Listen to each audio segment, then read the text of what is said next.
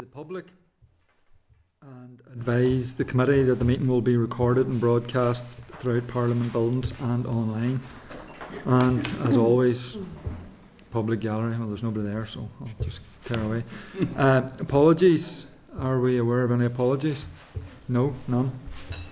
Okay, and just we have Linda and Nuala already online, and I think Diane is going to join us online as well.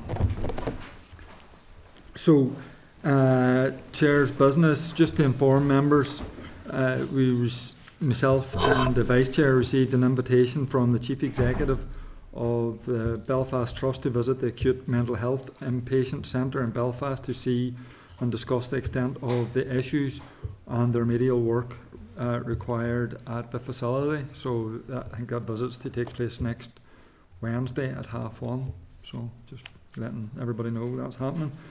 And so myself and Danny will be going. Also, just to let you know that the Minister has confirmed that he will attend the committee on that same issue. We're just waiting confirmation of the date, so hopefully that will come up soon.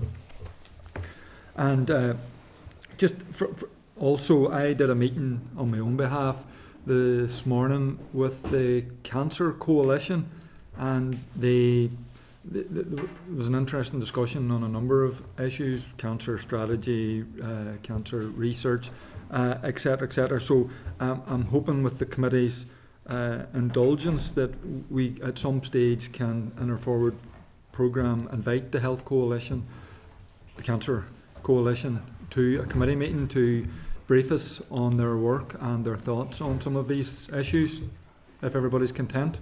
Yep, content. Okay, thank you. Okay, draft minutes. So can I just refer members to the draft minutes of the meeting held on the 13th of March 2025, page 6. Are members content with the minutes? Content. Thank you.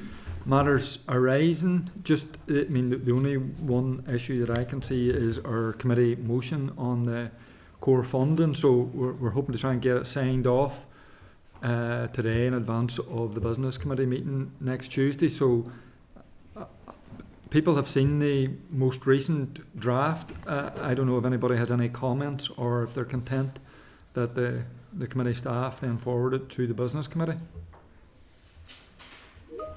Everybody happy? Chair. Yes. Nuala? Yes, hello. I hope you can hear me okay. I just wanted to ask, I not that I didn't support the motion, because I absolutely do. I think it's a really difficult time and really, really disappointing that there's not enough funding, and that the community and voluntary sector, they're always like the first to be hit hard with impact. My worry is that we don't want it to look like we wish the funding to be removed from those who were allocated funding. So that's why I had feedback back to Keith about just the last line of the motion regarding the review of the allocation, because I don't want it to appear like I said that we have concerns about who was allocated, because that's not what the committee's view is. It's about the overall impact. Okay, I think that. Yep. Keith, you want on? Yeah, Chair, thanks. I had a wee think, Nuala, about what you'd said, and I was wondering on the last line where it says at present and calls in the minutes there to urgently review the funding allocation to ensure that the sector is adequately supported. We could maybe change it and calls in the minutes there to urgently review the amount of funding allocated to ensure that the sector is adequately supported.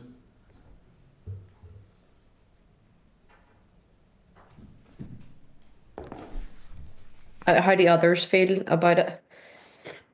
I'm happy with. I think it's clear from our motion, and it'll be clear whenever we speak, that it's as you say, it's not about those who have received funding. This is about those who didn't receive funding, and the Minister reviewing to find additional resource so that other groups who have lost out can get core funding. I think that, we had a discussion last week where, this funding used to be 6 million, and it was reduced to 1.6 million. So it's the whole tenet of our motion, as we thought, and certainly from our point of view when we're speaking to it, will be about additional funding so that additional groups can benefit rather than looking at those who have received the funding.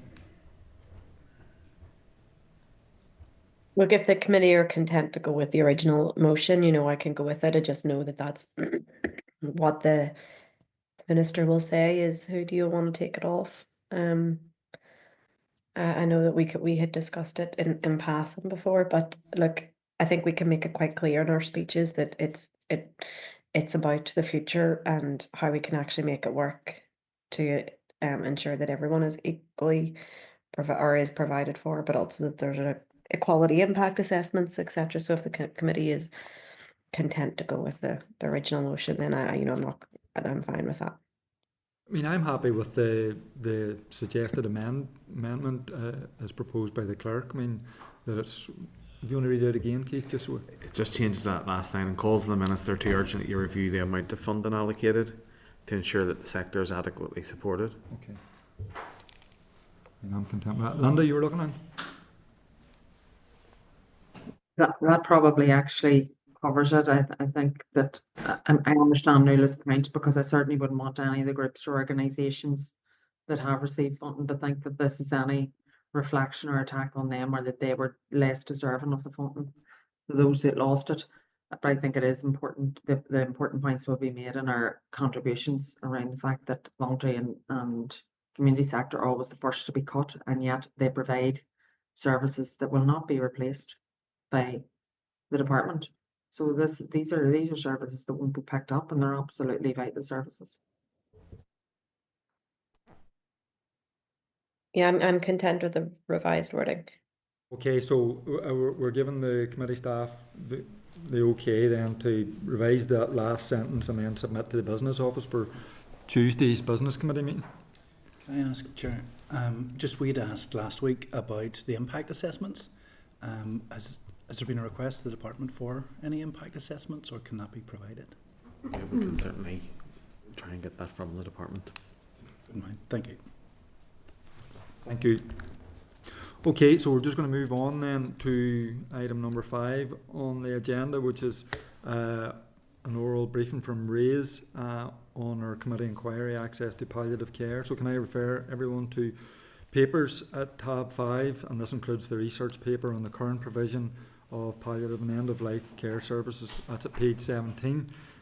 So can I welcome Dr. Grania Creeley, who's the Assembly Research an information service, and she's going to provide us with the briefing, a synopsis of the briefing, and take our question. So over to yourself. Thank you very much, Chair. RAISE were asked to prepare a briefing paper on current provision of palliative and end-of-life care services in Northern Ireland. Now, when the department were in at the end of January, they outlined some of the difficulties associated with providing a comprehensive overview of services, and hence the proposed scoping exercise.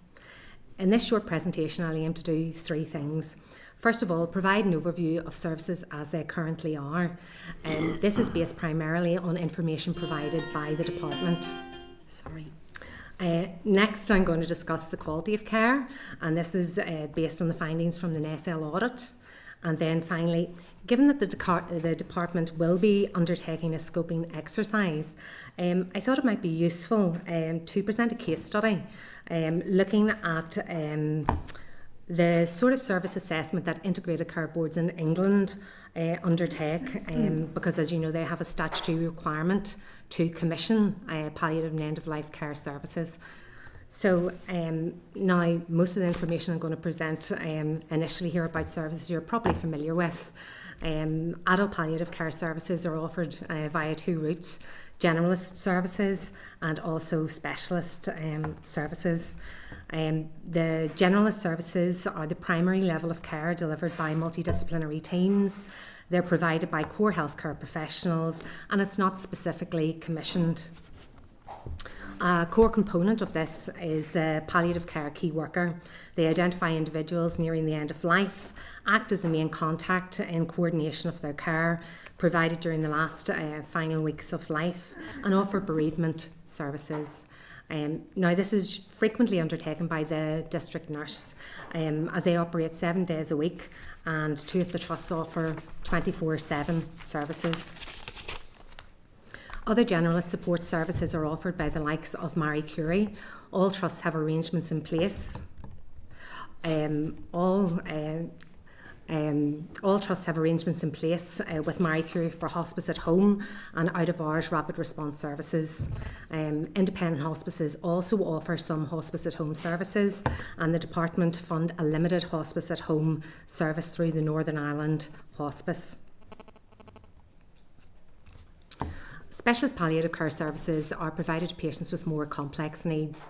They're typically delivered by a multidisciplinary team, including physical, psychological, social and spiritual support for patients and their loved ones.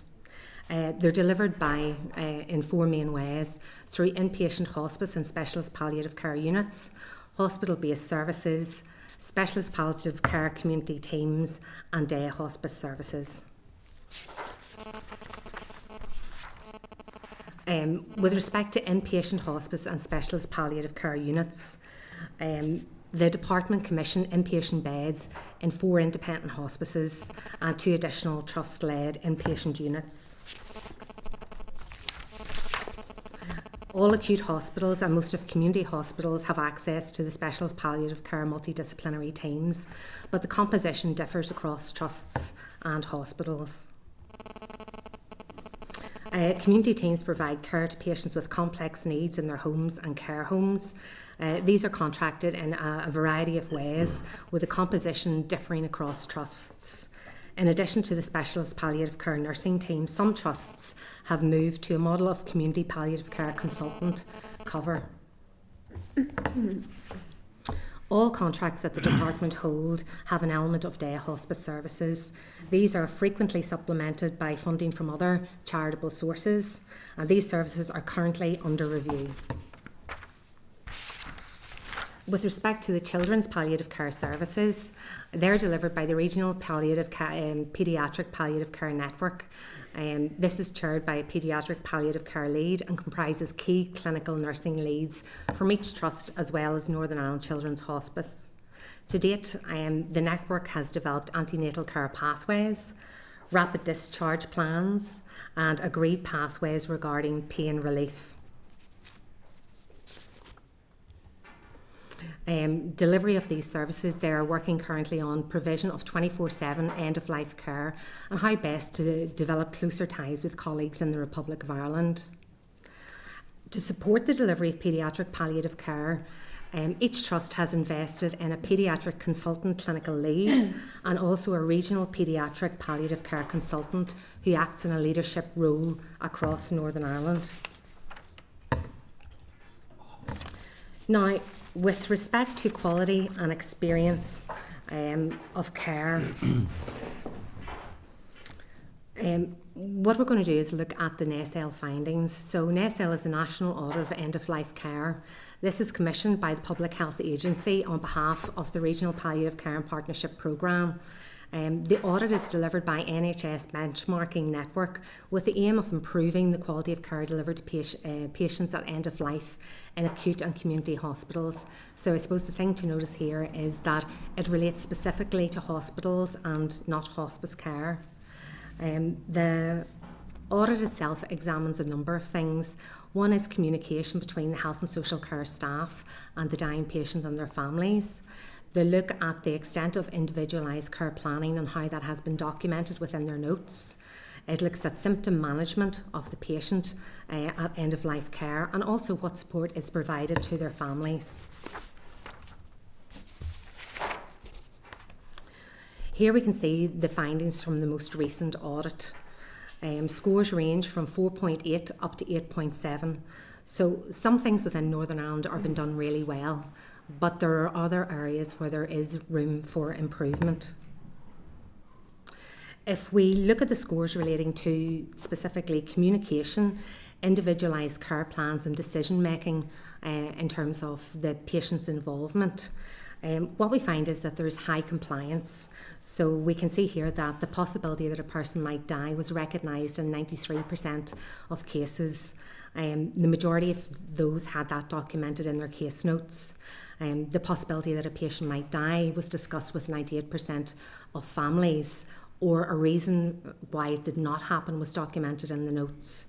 A high proportion of notes documented the extent to which patients wanted to be involved in the decision-making process, and a high proportion of them, 83%, had an individualised care plan or plan of care. When it comes to workforce and those metrics which relate to staff support, this is, I suppose, where the recommendations from NESL really lay. In Northern Ireland, face-to-face access, 8 hours a day, 7 days a week, is not yet available anywhere in Northern Ireland, and a 24/7 telephone service is only available in 30% of hospitals. Furthermore, training was identified as a potential area for improvement, with only 41% of respondents having completed end-of-life training within the previous 3 years. I suppose what is encouraging is that the summary scores are better in this round of the audit than they were previously, and so there has been ongoing improvement. But we still do lag behind England and Wales in all of the metrics, as you see there. And I suppose the most notable one is the workforce specialist palliative care, where we score a 4.8 in comparison to a 7.5. And really that relates to the 24/7 provision of care and healthcare professional access to specialist telephone lines. Now, recommendations from the NESL team was relating to clinical teams. This was regarding the discussion of side effects, hydration, nutrition, and the benefits of advanced care planning. But also the palliative care and partnership team should work towards the 24/7 specialist palliative care advice service. They also recommended that end-of-life care training should be embedded in induction and mandatory programmes. Now, the Palliative Care Regional Work Plan has work streams which complement these recommendations. There are currently 51 work streams across 4 priority areas. These areas are early identification and timely intervention, which of course we know is incredibly important, as the earlier intervention happens with palliative care, the better the outcomes for the patient in terms of improvements in quality of life. Coordination and quality of improvement, which relates to the NESL audit in part. Palliative care education and training, which one of the recommendations related to, but also the public health approach to palliative care. And really, this priority area is key as well, because even if services are high quality and sufficiently resourced, uptake will be suboptimal if, first of all, the public don't know what services, how to engage with the services, or they don't know what services there are or how they can be accessed. So, despite a range of programmes aimed at improving engagement in Northern Ireland, there's still consistently a lack of awareness, and common misconceptions persist. A number of studies have indicated that, one in particular from Professor McElfatrick in Ulster University, just under a fifth had no understanding of palliative care, and less than a third had ever heard of advanced care planning. In addition to this, other research showed that almost 70% reported feeling fearful when hearing the term palliative care, and almost 90% associated palliative care solely with end-of-life care. So finally, I would like to use a case study to explore the level and quality of data that is captured by ICBs in England. So this particular one is for Merseyside and Cheshire Integrated Care Board. They are responsible for approximately 2.7 million people.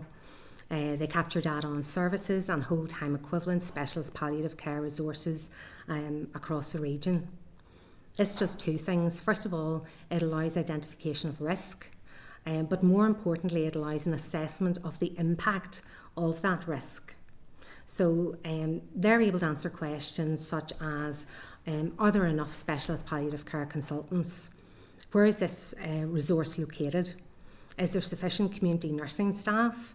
Is there 9 to 5, 7 days a week specialist provision in the community?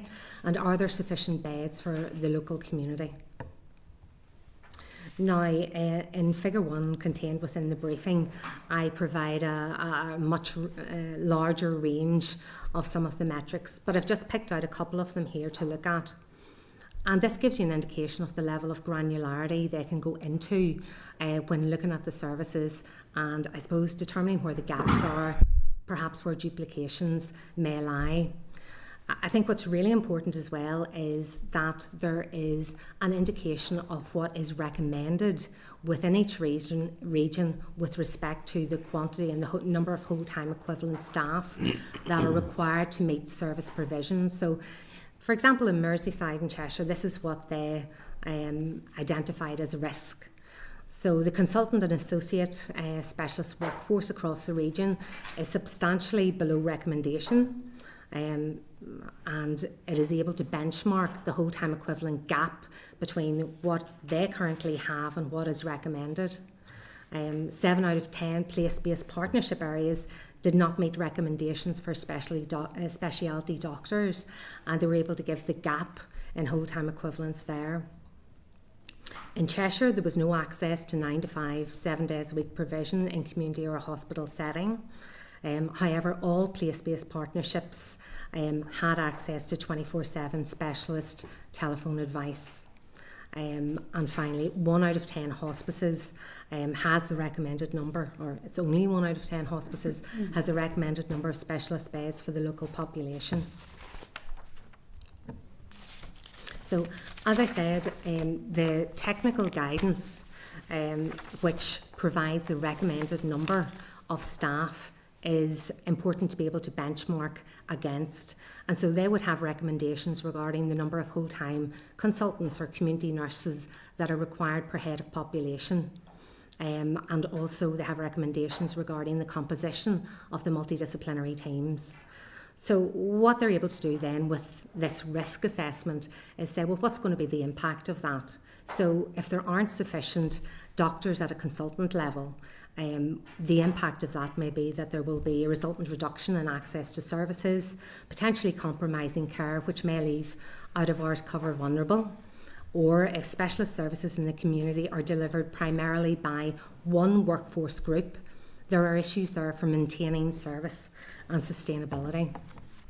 So, in conclusion, understanding the current service provision, especially around staff numbers and location of staff, allows risk to be assessed and also the impact of that risk to be articulated, which in many ways is the jumping off point to marry the demand for services, which we know is increasing, with the supply of those services in specific localities. So I will try now and answer any questions you may have. Okay, thank you very much.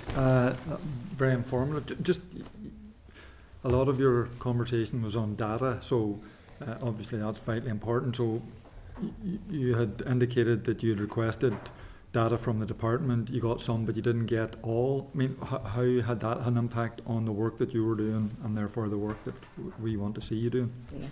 Well, when the department were in, they acknowledged that there wasn't a comprehensive overview of services across Northern Ireland or within the trusts. We requested quite extensive information. This related primarily to after the Living Matters, Dying Matters strategy, which was 2010 to 2015. After that, the RQIA in 2016 undertook a review of the implementation of that strategy. And in their documentation, they undertook a census of sorts of services that were provided at a departmental level, at a trust level, and within hospices. So what we did is we thought that would be a good jumping off point to start with. So there would be a snapshot of services then versus services now. we did have a couple of meetings with the department, and I suppose the information that we were requesting was going to take a certain amount of time to get. So we did get some of the information, and I guess the scoping exercise they talked about in the meeting at the end of January is therefore aimed at clarifying the services that are available, and I imagine it will be in more granular detail related to whole time equivalent staff that are working across areas. You will get the data, and you don't know when you're going to get it. Well, in that meeting, I think that was before you were chair. It was, didn't they say it was about 6 months that it was going to take to do the scoping exercise? So I think it was a number of months to determine, I suppose, what the terms and conditions of the scoping exercise would be, and that it was within 6 months the scoping exercise would be delivered. Okay. So, I mean, in your key points, you're saying quality assessment faces significant challenges due to fragmented data infrastructure and limited standardisation in measurement approaches. Can you elaborate on that and give us a sense of what is required to progress that? Well, I would suggest that there has been a wide variety of commissioning streams. Services are provided by the voluntary sector. They're commissioned at a departmental level, they're commissioned at a trust level, and I think it just provides a very fragmented position with having an overview of all the services that are available, which does make it difficult to determine where the gaps in service delivery are. In the information we received from the department, they did highlight, well, I suppose they have no requirement to have oversight of what is provided by some charitable organisations, but it does make it difficult then to see where perhaps duplications might occur or gaps in services are occurring. Okay, and then I'm just going to fire two questions together here that aren't even related, but the script, you showed us the kind of scoring metrics comparing here to England and Wales, and the one you identified or spoke about was the workforce and specialist care. So here it's a scoring metrics of 4.8, England and Wales it was 7.5. Just what exactly is that 4.8? You know, what's the difference? What does it mean in real terms and statistical terms? I don't think it's possible to say that. I'm not familiar with the internal workings of the NSL audit, but say for example, if you compare 4.8 to 7.5, the reason for that score was, as it says, if you just look, well, I've put the slide up, face-to-face access 8 hours a day, 7 days a week was not available anywhere in Northern Ireland. That's why it was scoring lower in that area. And also a 24/7 telephone service was available in only 30% of hospitals. So this would compare, say for example, if you looked at the same fourth round audit results for England and Wales, 60% of hospitals there were providing face-to-face 8 hours a day, 7 days a week service. And so that accounts for the difference in scores on that particular metric. Okay, and then the last one is just the public perceptions. Again, those statistics seemed fairly low. So, I mean, we're doing an inquiry here. We've met with some of the hospices. So, what you're saying is not actually surprising in terms of public knowledge of the services and how they can access them. What can we do to increase that kind of public knowledge? I think there needs to be a lot more public or discussion, societal discussion around palliative and end-of-life care. That metric that says that 70% of people felt fearful when it came to the term palliative care itself. What they also, one of the other findings was that if a GP had mentioned the term palliative care, they might feel as though that their GP were giving up on them. It's the idea that some people would still assume that palliative care cannot be undertaken alongside active treatment. And so palliative care has changed substantially in the last 20 years, and it doesn't just relate to end-of-life care. It can start much, much earlier, especially because it has been widened out not only to patients with cancer but other chronic diseases. And in actual fact, it's been recommended that it should start perhaps even at diagnosis and follow the patients through their trajectory of care. And so there have been some interventions. I think it's Compassionate Northwest. There was several ones that I had in the briefing there, and they are trying to change the public's perceptions, but it may be a public health campaign. I'm not sure. I'm probably not the best person to comment on that, Okay. but yeah. That's the ones coming later on. Linda?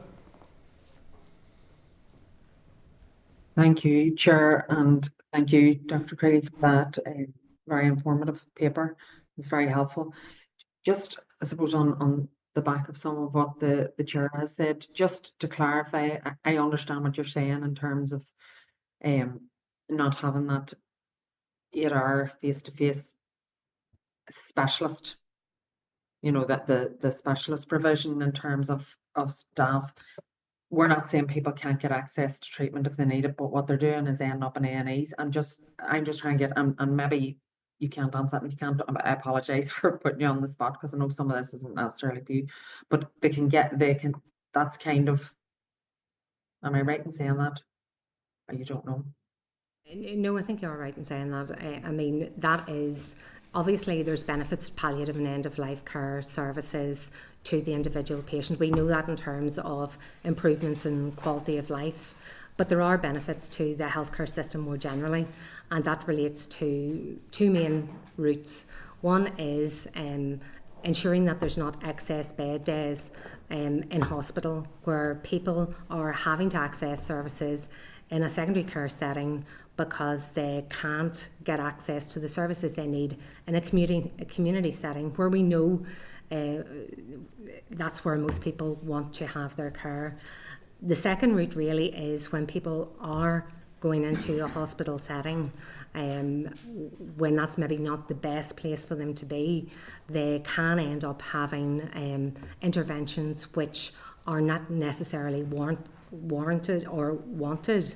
And so therefore that has implications in terms of capacity within the hospital sector, but also with respect to cost.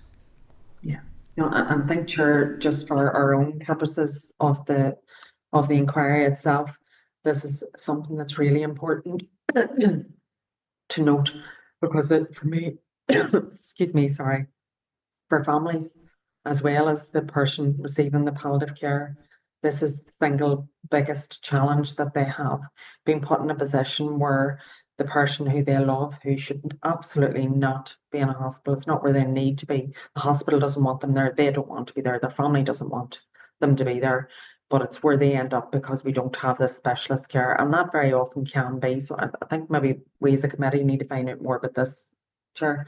That very often can be just the telephone call, because when somebody maybe becomes very ill, and that can be as a result of treatment or as a result of whatever their illness is, the people who are caring for them, whether that be carers, family, friends, whoever it is, do not know what to do. But if they had a telephone service that they could ring and say, here's what's happening, what should we do?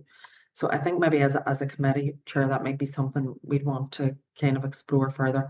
And very interested also just in that piece of work that the department are going to do. And maybe we can get a better sense, even at this stage, Chair, of what we're going to get out of that, in terms of collating what services there are out there. Because if they're only giving us what they are actually providing or what is commissioned, that's a problem, because there is more than that happening. But it doesn't give us a clear picture of where the actual gaps are. And I know, obviously, Dr. Craigie referred to potential overlap where you could have duplication, and that is also possible. But we know the much bigger issue is probably the gaps. But we also don't want duplication, and organisations out there don't want to be duplicating either, and they do a lot of this work themselves. So it's probably something we want to discuss. You talked about having the Cancer Coalition in, Chair. It may be something we want to raise with them as well, because I know it is a concern for them in terms of not being able to identify, and also it not being understood fully what each of those organisations provide in terms of palliative and end of life care. Thank you. One thing I would probably say is at the very beginning I started with, there's two different ways that palliative care is provided, the generalist and the specialist route. And it only really tends to be the specialist palliative care services that are costed up because they are specifically commissioned and there are contracts around them, whether it's the department or the trusts. In reality, whenever palliative and end-of-life care services are being moved from hospitals out into the community, trying to quantify the amount of resource that's used is actually incredibly important, because otherwise what you have as a situation is more and more work is being taken on in the primary care setting, in community care, and we may not necessarily have No a handle resource. on that.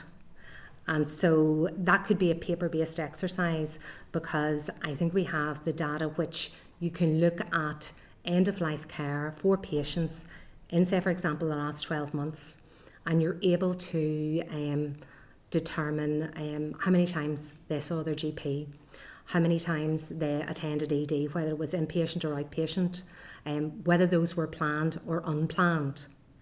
And I think that level of granularity in terms of collecting data is key, really, if there is going to be this movement out into the community, and knowing what resource needs to follow the patient to fully allow care to be provided in and fully resourced in the community. And that, of course, then will feed into patients not turning up at AD sort of in a crisis situation, I suppose. Thank you, Chair, and thank you very much, Dr. Greeley. That's really, really helpful. Danny? Thank you, Chair. I maybe have to declare an interest here as a nurse that's worked in the Southern Trust for many years, and as such I've had the privilege of delivering and being involved in palliative care for many patients over many years, and I know the value of palliative care to patients and their families.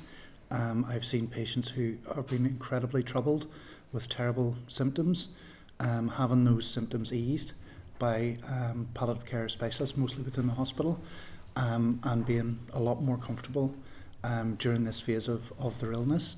And sometimes, as you say, it's not always end of life. Yeah. There are, during a period of disease, symptoms that can be troubling for patients that can be addressed by palliative care very significantly and create a lot of comfort for those patients. So I think palliative care is absolutely wonderful, seeing what it has done for patients and families over many years, and I think we do need to improve the resources on how we fund palliative care here in Northern Ireland.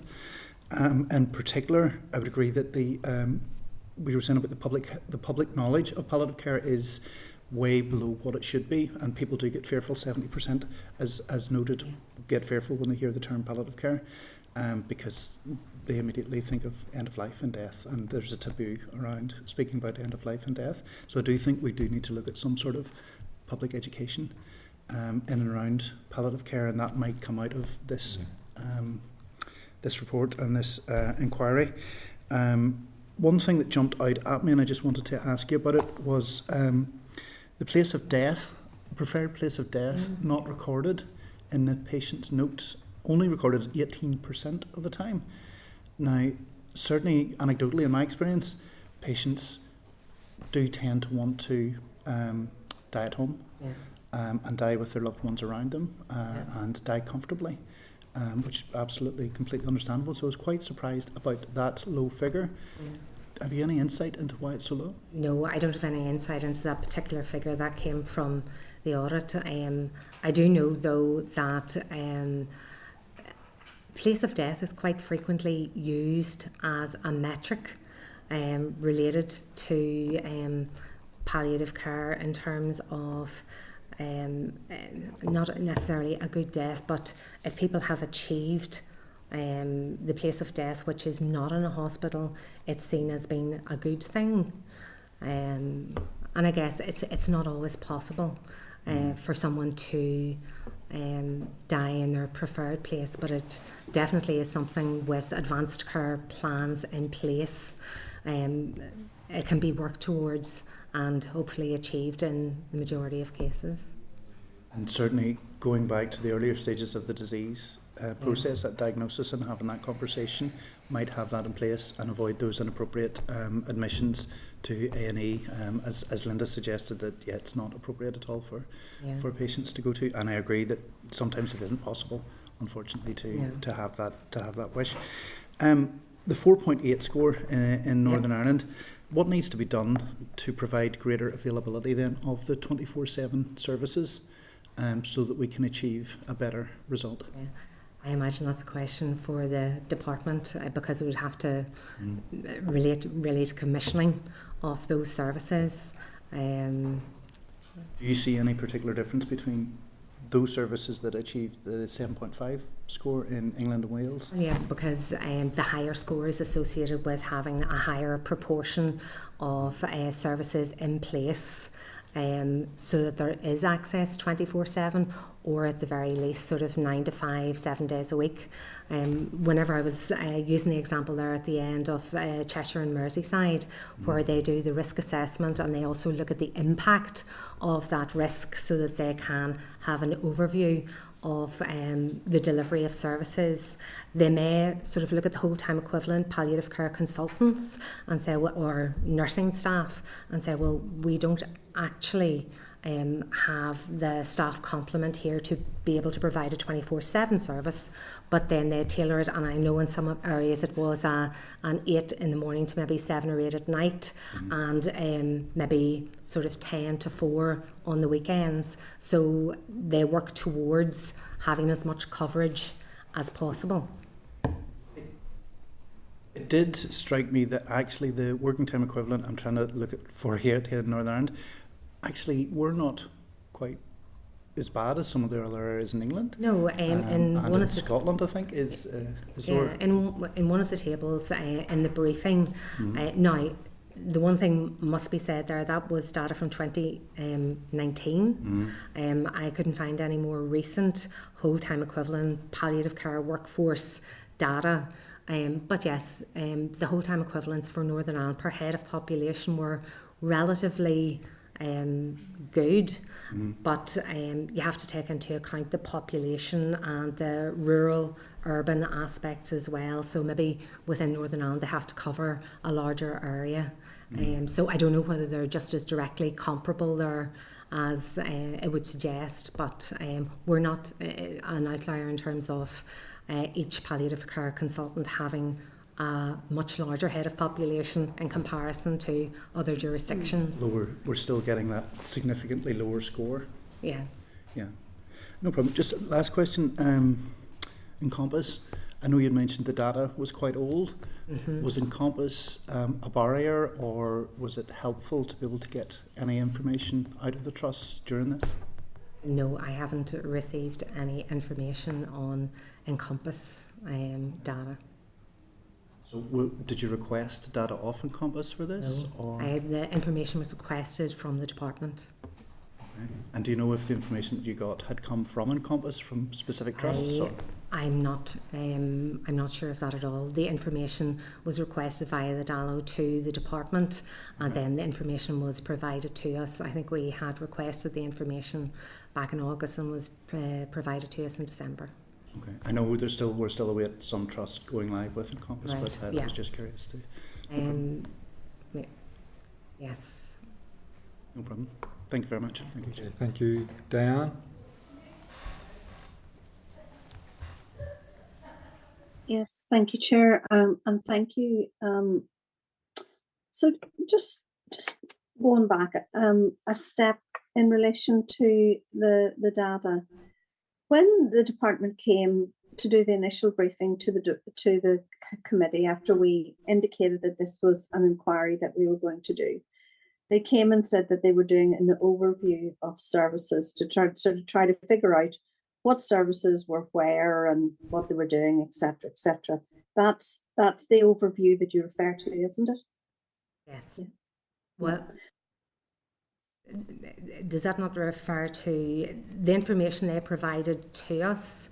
I think you had asked for some more information on the complexity of this information or on the services available, and they have agreed to undertake a scoping exercise to Yeah. try and Yes. clarify, I suppose, what services are available where, and I suppose staffing levels. So, from your experience of doing research, is that unusual that our department doesn't really know who's doing what, when, where, levels, etc., etc.? So it sounds to me that we commission stuff and it's all very ad hoc at times. I think this particular area, palliative and end-of-life care, because it has arisen out of charitable donations and different services are provided by different routes, some of which are health and some are more holistic. It's very hard to disentangle what is provided as a health service and what is provided in hospice, which encompasses so much more. So I can't see where some of the complexity lies, but I imagine the scoping exercise will provide some clarity in terms of services. Okay, well, it would need to, because, I mean, this is one of the most serious issues that we'll ever face. All of us will face it, and it's hugely significant for families and those who are very ill, and it's really quite. I don't know. I'm constantly astounded that we don't know where services are, how they're commissioned, why they're commissioned, and the value of them. In your research, have you got any kind of sense of how valuable some of the services are, and any research around that? Yes, there's quite a lot of research, hopefully in one of the next papers I'll be presenting it. Okay. And it relates to sort of health economics. And, obviously I want to set it aside from the value that there is in health, in quality of life gains for patients. But in terms of savings to the health service, so there's quite a few studies have looked at, for example, how cost effective different types of interventions in the palliative care world are. They've looked at hospice at home, they've looked at provision in the community versus in a hospital setting. Relatively speaking, it's less costly to provide care in a community setting relative to the cost of a bed in a hospital. However, and I'm not sure whether it was the Nuffield Trust or the King's Fund, they did sort of say that even though everybody seems to anticipate that there's going to be a lot of savings associated with moving services into the community, that may not necessarily be the case, because what you have is a properly integrated system. And if it's properly integrated and the person has seen a wide range of healthcare professionals, generally what you seem to find is that there's more joined up thinking with respect to either the conditions they have or diagnosis or different interventions what they could avail of.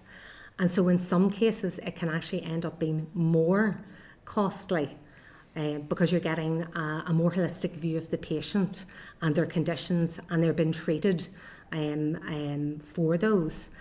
But this in many ways is a better use of that resource, because at the minute it would appear that a lot of resources have been expended, especially within a hospital sector, and people are not achieving the results that they necessarily want, which is to be in a community setting. And so investment in community services would actually result in better value, I suppose. Yeah, I suppose we're all reluctant, and I understand that, to talk about value. I really suppose maybe I framed the question badly.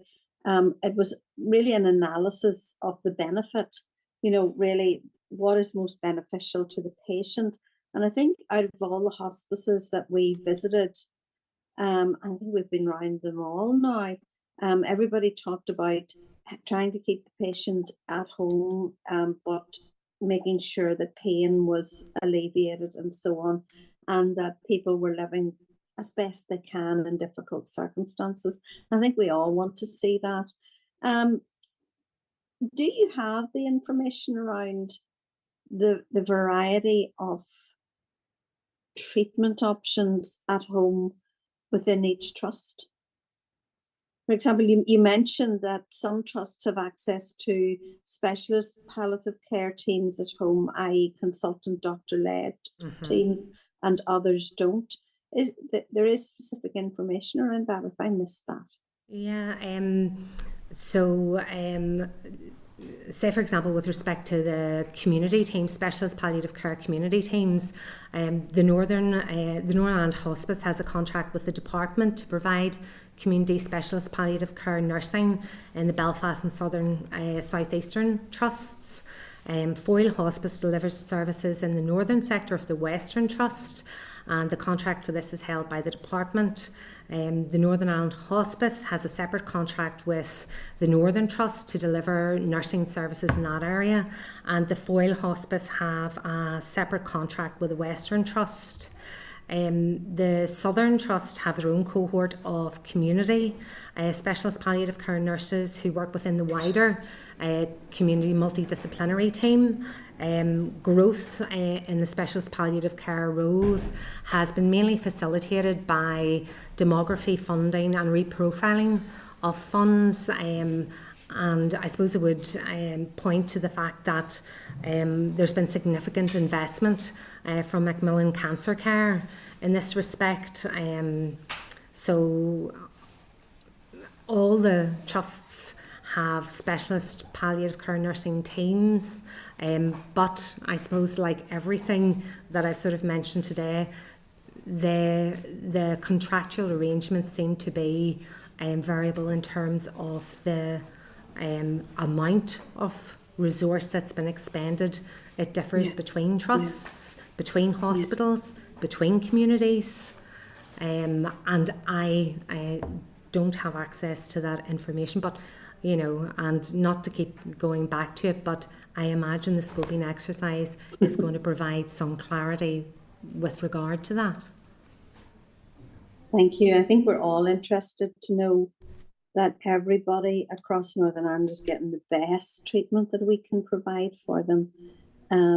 What I suspect we might find out that there's a variety of different issues once we see the scoping exercise.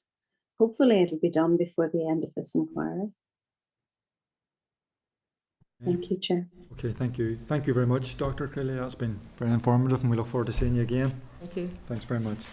Okay, members, we're moving on then to next presentation, which is officials from Belfast and Western Health and Social Care Trust and also from the ambulance service, and they're going to provide us with an oral briefing to the committee inquiry on access to palliative care services. So if I can refer members to the papers at tab 6, and this includes the clerk's memo at page 57. It also includes a written submission from the Belfast Health and Social Care Trust, page 59. Similarly, a written submission from the Western Health and Social Care Trust is at page 64, and then there's a written submission from the ambulance service at page 70. So we're just awaiting on our guests.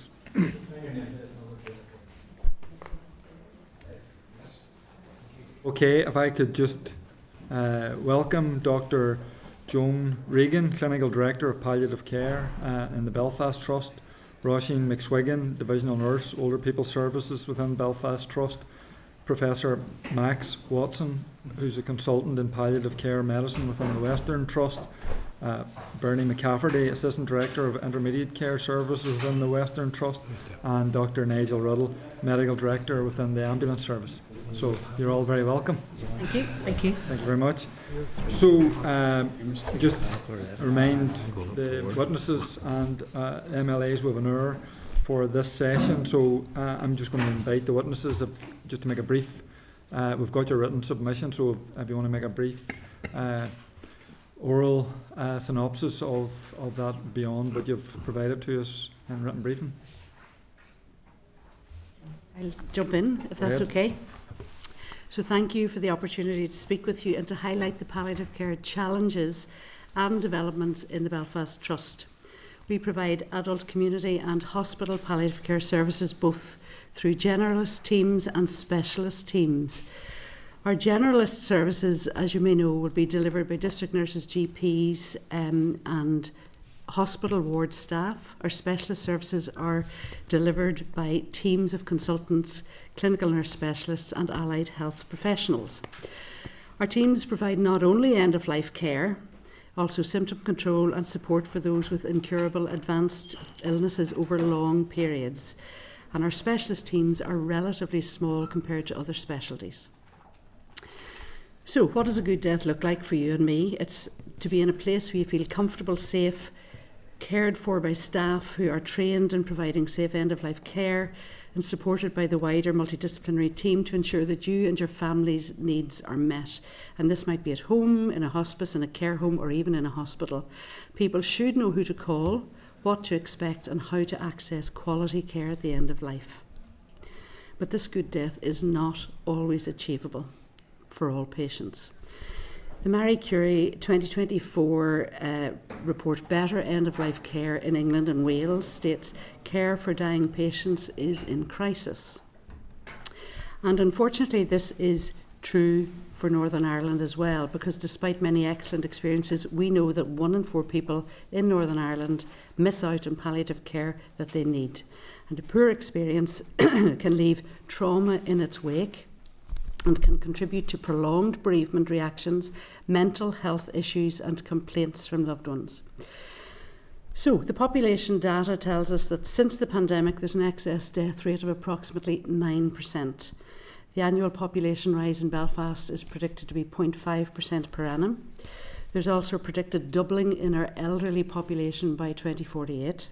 And Belfast has a very high proportion of single dwellers, particularly in older life, high levels of mental health issues and significant areas of deprivation. And poverty has had a significant impact on patients, but particularly at the end of life where there's increased financial burdens and demands. So on the ground, in the Belfast Community Service, we have a 24-hour district nursing service that works 7 days a week, 365 days a year, seeing a caseload of approximately 5,000 patients per month, and 25% of these patients have palliative care needs. The District Nursing Service work very closely with GPs, the Marie Curie out-of-hours nursing service, but in terms of specialist palliative care, they've only got Monday to Friday 9 to 5 support for face-to-face liaison. This leaves 128 hours of your week, which is designated as the out-of-hours period, without access to face-to-face palliative care. In some instances, patients will attend ED for assessment, where face-to-face review in the community might have diverted their care down a less acute route. Diagnosing that a patient is indeed dying and may not benefit from hospital care can influence care decisions significantly. Our ED services are receiving sicker patients. Last year, 160 people died within the Royal Victoria Hospital ED department. Not all palliative care patients, but a significant number were, leaving patients, families, staff morally distressed by the environment, the lack of privacy and the lack of dignity of dying in a busy ED.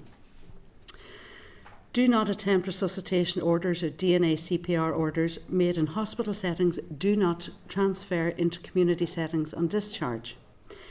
The GP is required to go out to review and reinstate the DNAR order. And this process has resulted in a number of inappropriate resuscitation episodes in the community setting while awaiting a DNA order review. Full implementation of the advanced care planning policy and the respect policy would make a huge difference in avoiding this situation. Our specialist palliative care teams have approximately 30% more workload in the last 5 years, but with no additional staffing. And just to remind you that at present, just under 50% of patients in Northern Ireland die in hospitals. Our teams are working in increasingly difficult contexts with increasingly complex patients. Patients' needs do not fit neatly into the 40-hour working week. and there's been no workforce plan to commission 7-day service across the health service for palliative care. So what are we doing about it? Well, at the end of April 2025, we plan to open the Belfast Community Palliative Care Hub. It's a new collaborative project between Belfast Trust and our 2 local hospice providers, Marie Curie and the Northern Ireland Hospice. It is to provide a single point of access for patients and professionals to refer into community palliative care services to provide a coordinated and timely response to need. Excuse me. The purpose is to maintain patients at home, avoid ED attendance, emergency department, and to reduce hospital admission if appropriate. We're working very collaboratively with our ED colleagues to look at pathways to avoid the ED route. We've also secured some temporary funding to embed 2 clinical nurse specialists in the Royal Victoria ED to help support the ED staff to deliver good end-of-life care and to educate them and provide early intervention in terms of palliative care. Our district nurses have now 4 advanced nurse practitioners, and early evidence would suggest that half of their work is responding to palliative care and end-of-life need. Our district nurses are also implementing just-in-case boxes which provide anticipatory drugs to the patient's home when they're needed. We're very actively involved in the NACEL audit, the National Audit for Care at the End of Life, to identify areas for improvement and to share best practice. NACEL have recommended 7-day specialist palliative care services across the UK for several years now. So finally, what do we want you to do? We would ask you to develop a funded and ambitious palliative care strategy that addresses some of these issues. To work with us to provide a funded workforce that is fit for the present and ready for the future. To allow for safe care delivery, succession planning and career development, and to deliver the palliative care services that Northern Ireland, the population, deserves. We would ask you to support a long-term palliative care public health campaign that raises the issues, starts the conversation about dying, what people want at the end of their lives. Dying remains a taboo subject, and it is hindered by delayed implementation of the advanced care planning policy and the respect policy. We would ask you to take a whole systems approach. Social care gaps cause slower discharges out of the hospital if you'd end up in a hospital, resulting in secondary care getting congested. We would ask you to also look at wider issues such as access to medications. We would ask you to promote a Department of Health supported regional approach to the end-of-life care template that would guide all staff providing essentials of palliative care at the end of life, to avoid patients having a variation in the care that they experience across the region. We would ask that you would advocate for end-of-life care education to be mandatory for the general healthcare workforce. And we would ask you to fund hospice care much more robustly and equitably and make hospice care a core service. And if you could do those things, we would be very grateful. Thank you. I should just, before anybody else speaks, we're not the minister, so lots of those things are in the premise of the minister. So I'd cut short there if anybody else wants to briefly. Go ahead. Thank you very much indeed, Chair, for the opportunity to address the Health Committee. I'm going to follow on from Joan, maybe a little bit more compressed. I'm speaking on behalf of the Western Trust, and we give you thanks for the importance that you've clearly given to palliative care, knowing that you've got many other concerns. Our health service faces many challenges, and that you have prioritised the need of people approaching the end of life is welcome, but also recognises perhaps that improving consistent access to palliative care could provide a template for improving some of the other healthcare issues we all face. In palliative care, as Joan said, we only have one chance to get it right. And the impact when we fail is profound for the individual, for the long-term bereavement needs of families, and also for staff morale. You'll have read our submission from the Western Trust, and we will not repeat, but we'll summarise through three key Western Trust headlines surrounding access to appropriate palliative care services. Number one, the need is growing rapidly. Between 2022 and 2028, the population over the age of 80 in our area will increase by nearly 40%, and the over 60s will increase by over 30%. Thus, we can be assured that the need for adult palliative care services will be increasing significantly at a time when healthcare pressures and workforce challenges are daily realities for us all. The anticipated increased need for adult palliative care requires us to be making provision and improvements now so that there will be a reliable, sustainable and robust service for our rural population with its growing needs. Number 2, solutions need to be regional and also local if they're to be realistic and sustainable. In the world between ever-increasing demand and limited financial resource, commissioning is challenging. Yet, the costs of not having an adequate palliative care service in terms of delayed discharges, unfortunate, difficult deaths in EDs, as Joan has referenced, the over-medicalisation of normal dying, and the time and effort consumed in dealing with complaints end up being paid for by the whole healthcare system and in the ongoing distress of the bereaved. Other UK regions and the Republic of Ireland have demonstrated the importance that they place on palliative care with up-to-date palliative care strategies and policies. Regional commitment to doing better is vital. But we also recognise that our responsibilities to the dying in our Western area weigh too heavily to rely exclusively on waiting for regional fixes.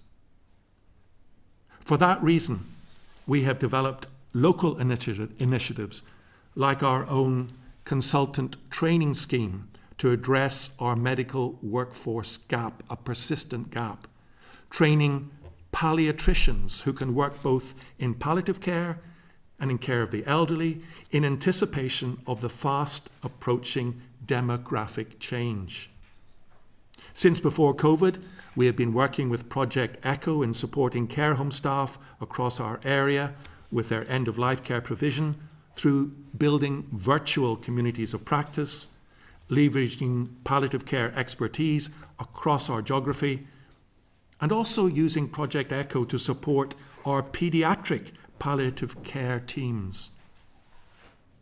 We have also tentatively embarked on our Co-Creating Hope programme, linking up the Trust with the Omagh and Fermanagh Council and multiple other voluntary agencies to use the vast assets within our community to help support the frail and the dying and develop new ways of working to support our population with our population.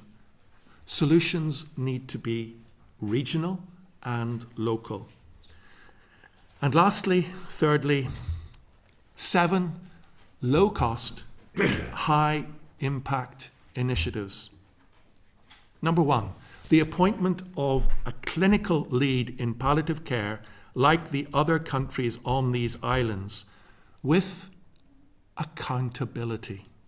Number 2, ensuring that access to Encompass is quickly made available to our voluntary hospices and other contracted agencies to ensure that palliative care services are fully integrated with the rest of the health system. Number 3, that the advanced care planning and the RESPECT programs previously funded by the department will be fully implemented in 2025.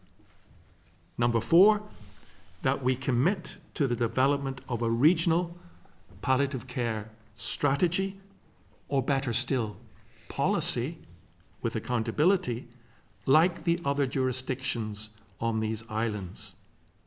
Number 5, that some form of regional 24/7 one-stop shop advice line is made available to patients and families across Northern Ireland. At number 6, that electronic prescribing is brought in before the expected date of 2030. It's already in place right across the UK to both save money but also to allow for the prompt medicine changes to be available for those dying in the community. And lastly, that the opportunities of virtual education and support networking provided by new technology, exemplified in Project ECHO, are built upon to develop more efficient ways of sharing palliative care expertise and learning with all staff looking after the dying across our health service. These concrete asks are doable, are affordable, and may even be cost neutral when you look across the whole system. Thank you. Dr. Ruddle, if you want to. Yes, thank you. Thank you, Chair, and thank you, members, for the opportunity to speak on an area that is not traditionally associated with an ambulance service. Our traditional approach of treating people for emergencies and taking them to hospital is at odds with a modern, high-performing ambulance service where we have developed a large number of care pathways and appropriate care pathways, which has seen us reduce over the past 10 years the percentage of people that we treat and take to hospital from 98% down to around 75% currently, where we attempt to find what is the most appropriate outcome for a patient rather than the simplistic approach of take them to the nearest hospital. Palliative care is of particular interest to us. We do still daily receive numerous calls for patients who are in receipt of palliative care. We recognise that a lot of the public will associate palliative care with cancer services by default, but we recognise that palliative care reflects a wide range of medical conditions where patients may not even be at end of life, but certainly need a lot of supportive treatment.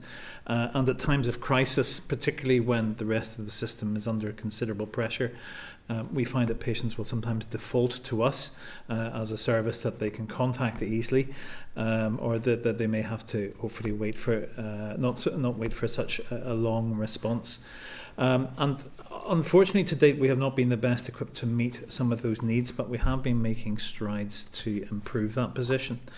There has, even since we submitted our return for the inquiry survey, been improvement in that right across Northern Ireland now we do have access to some degree of support for palliative services. But that differs from trust to trust area. It's not 24/7 in all areas as yet, although we do recognise the efforts of some of the trusts, particularly Belfast South Eastern Trust, to make some degree of 24/7 access available. But that may be district nursing services as opposed to the specialist palliative care services.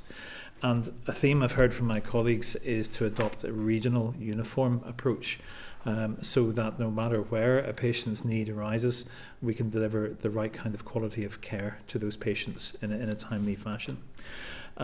We have to ask ourselves that if we get a call in the middle of the night for a patient who is at a palliative stage of care, is it the right thing for an ambulance crew to go out to place that person in an ambulance, to bring them to an already overstretched emergency department, which is noisy, busy, and presents challenges for dignified palliative care.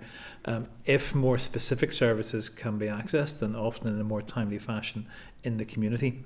And that's what we've been striving to do, is to make those inroads into being able to contact palliative care services directly. One of the challenges we face is that there are many different versions of pathways across Northern Ireland. Our staff, as a regional trust, can start a day in Belfast and end the day in Derry, and they have to be able to access services no matter where they go. And yet across different trust boundaries they will face different contact methods for the services available, different referral and acceptance criteria for patients. And we do still face a challenge that some services may be entirely accessible to my colleagues in general practice, but when one of our ambulance crews contacts a service directly, they're told that, no, this is only accessible if we go through a patient's GP. And we know that the general practice is a particularly challenged area at the minute to gain access to, and we're simply adding another step to the pathway. We do have access to some of the electronic systems that have been referred. We now have ambulance crews routinely accessing the electronic care records of patients, which has been a great bonus to understand the background of patients and what care they have been receiving recently. But to say the big ask is that we would have uniform 24/7 access to direct palliative care services regionally, and with a regionally agreed set of referral criteria.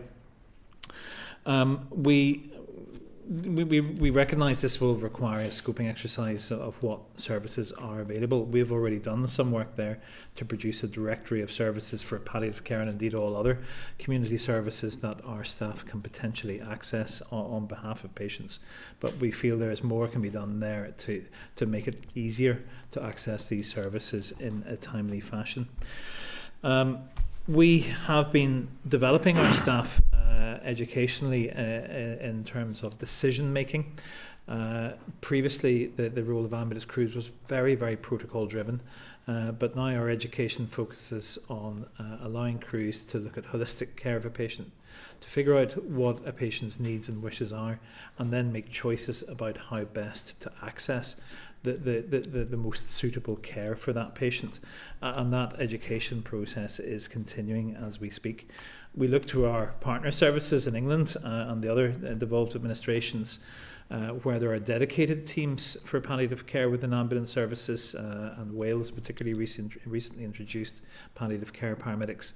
We are on a path to developing those locally with support from organisations such as Marie Curie, and we hope that the funding will be made available to have dedicated staff to increase the quality of care that we provide. But at the end of the day, our ethos is to do the right thing by all of our patients, all of our families, all of our friends, all of our constituents. We aim to keep the patient central to our thoughts, have a truly patient-centred approach, and we aim to maintain the comfort and dignity of patients and the quality of life at all times, and we would welcome your support in doing that. Thank you. Okay. Thank you very much. So, I mean, you're quite right in terms of the priority that the committee has given this, the fact that we're doing an inquiry, the issues that this presents for our health service as a whole, and particularly for our constituents out there. So, in some of the work that we've done, it's been reinforced by the evidence that you've given us today. Workforce issues, lack of resource funding, lack of access to palliative care, and then inequity of access. So different geographical areas will have different access to different services. And all of you have talked about the need for a regional wide service. And I mean, I just asked the question, why has that not been, why do we not currently have a regional service? What is the roadblock? I mean, is it the department? Is it lack of willingness from the trust to work together? If you could maybe answer why because it just seems so obvious. And I mean, it's obvious from the presentation we're hearing today and from the work that we have done to date that the fact that we don't have is having an impact on patient outcomes. So I know I think trusts work in silos, and I think, in a way it's important for the solution to be, as Max has said, locally focused, because there's certain needs in certain places. But I think it's a mindset as much as anything. The Northern Ireland area is probably the size of one trust in England, and yet we have 5 trusts. So it's the way it is, it's the way the system is, and it's a big change of mindset. And maybe that has to come from, I'm trying to figure out, that has to come from the department showing leadership. It has to come, yes. Now, we do have a palliative care and partnership board that tries to produce regional approaches to things, but again, they've been defunded on certain projects, and that has just sort of stalled an awful lot of regional work that at one point was nearly at completion. So I'm thinking of the advanced care planning policy, the respect policy, mental capacity legislation been enacted. These things are nearly there, but they just haven't got over the line because of maybe lack of funding or lack of will. I think it's a really difficult but very important question, the one that you're asking, and it's with temerity that we would attempt to answer it, because these are things that we have been highlighting for 20 years, and Wales has been able to do it with a bigger area. Is it a question of leadership? Is it a question of culture? Is it a question of siloed funding? Is it a question of having the resources to actually make it happen at a regional level? We don't know, but when we have these conversations with people in those positions, inevitably within a few sentences they're talking about, we just don't have the resources for this. I mean, in your presentation you talked a lot about, or you mentioned that some of them actually will, I mean, these proposals will save money, some of them will be cost neutral. I mean, it kind of baffles me, the fact that the independent palliative care sector doesn't have access to Encompass. There's something that's... That I think is a case in point which highlights just how siloed the thinking is. But it's not just the thinking, it's the funding is in siloed. So while you might save some money in EDs, if that would be great, but if that costs more money in another area, we won't do that because it's independently funded in particular areas. So in order to have an overview where you actually can have a financial picture of what is happening when you have an effective palliative care service and the money that it saves overall, I'm not aware of that data from Northern Ireland. Okay, I know colleagues are going to have lots of questions, so I might come back at the end, but I'm just going to invite colleagues. So Nuala, you're first up. Hello there, hopefully you can hear me okay. Look, thank you very much for the presentation today. There's kind of a lot to digest regarding the palliative care, particularly because there are 5 trusts. But if you don't mind, I am just going to put a particular focus on Belfast Trust, a few questions there, but then also the ambulance service too. Just I am a Belfast rep, so I do have some questions to get a bit more information. First of all, I kind of will start with the general, like across the board ones. The DNR orders that have to be reintroduced or re-signed off in a community setting. Why is that? Is that because of this advanced care policy? I mean, what is the stumbling block? Is it a legislative issue? Is it a policy issue? Because that does not sound like it's a kind of a finance issue. It's not sensible. So RESPECT is the recommended summary for plan for emergency care and treatment, and it's a document that a person can hold, and it's so, for example, NIAS or carers arrive in and there's a problem and they can see exactly what the resuscitation of the status of the person is. It's just the way our system is. When you leave a hospital or you cross sectors, the DNR order doesn't follow through and it has to be readdressed or re-signed. It's policy. I'm not sure that it's legislation, but it's definitely a policy issue. So it's an artificial barrier to the right care for that person in an emergency, and the care workers have to follow what they have to follow. So if there's no DNR order, they have to initiate resuscitation, but it has resulted in difficult situations for patients and their families. If I could just come in and say, a lot of work was done on this with advanced care planning and RESPECT, and we were ready to go. I think there are currently maybe 17 different DNR documents being used across our little region. So the hope was that we would go to one document which would be able to be used in hospitals and in the community. And we were so close to it. Yeah. And then it suddenly stopped. I think even the RESPECT documents may even be printed, but there wasn't the resource just to take it over the line. Okay, that is interesting. I think that's worth us as a committee actually exploring further. It seems like a regional issue with the department. It kind of just beggars belief, 17 different documents across Northern Ireland. I mean, we're talking about dignity in a person's final moments of their life. I'm just kind of shocked about that, to be perfectly honest. And just then, with regards to the Belfast Community Palliative Care Hub.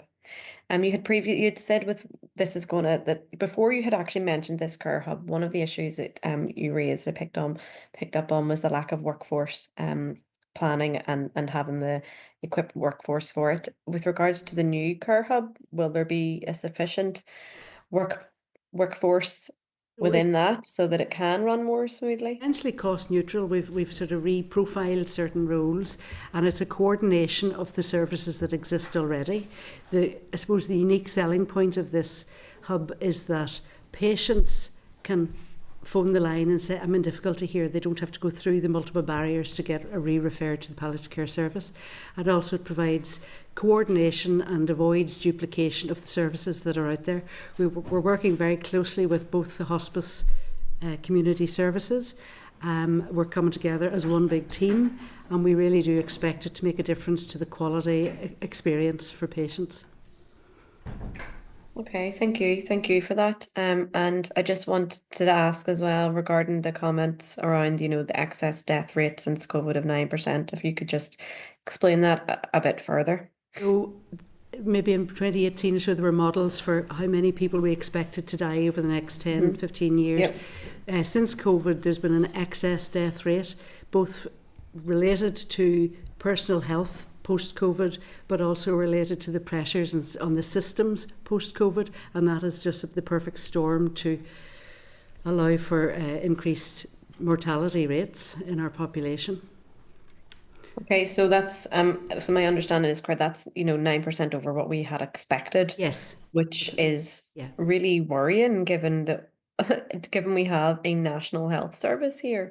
Yeah. That's a worrying statistic. Has it ever been as high as that?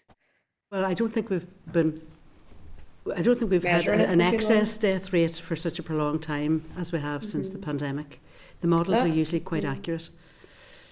Okay, that's a particularly worrying, and something that also we can perhaps look into the data as to why. And I imagine a crumbling health service is possibly part of that too. And deprivation and all of the other factors that come together. But the health workforce, or the workforce plan, if we can even describe that, would have been based on the predicted models of death. So we're now working with much higher numbers of people dying and new factors in that. Well, can you then, because that will then inform, I assume, the commissioning of services, the plan. So even when you're, let's say, simplify it, pitching for services to SPPG, and you have the data and evidence, you're using that you're using the death rate that is flat, not the excess of 9%. So in terms of whenever you're asking for services in the department in its entirety, and I recognise, again, notwithstanding it's to go to different trusts, it's already wrong then, because of what you have to work on. Yes. Okay, and how do we change that? How do we then? I mean, it just, again, it kind of beggars belief that the health service and trusts ask for services that do not already are going to be below need. We haven't had a workforce plan in specialist palliative care for many years, probably 10 years max, we'd say. But anything that has been given since then has been based on predicted models, and we've again had a closed envelope. We've been told there's no new monies for commissioning, so it has impacted on us in that we have a very stressed and stretched workforce. We don't have great succession planning because we know the future is going to get worse, it's going to get busier, and it's going to be more complex, and we just don't have the equivalent rise in our workforce. And if we don't have a workforce, we can't deliver. That's the reality. Absolutely, and I agree with that as well. It's just frustrating that when we are planning at the minute with what we do have, we can't we recognise there's no funding, but we need to be honest with what we're, asking for and not project it in models that are already out of date. Otherwise, how do we actually know? But we were on the same page in that one.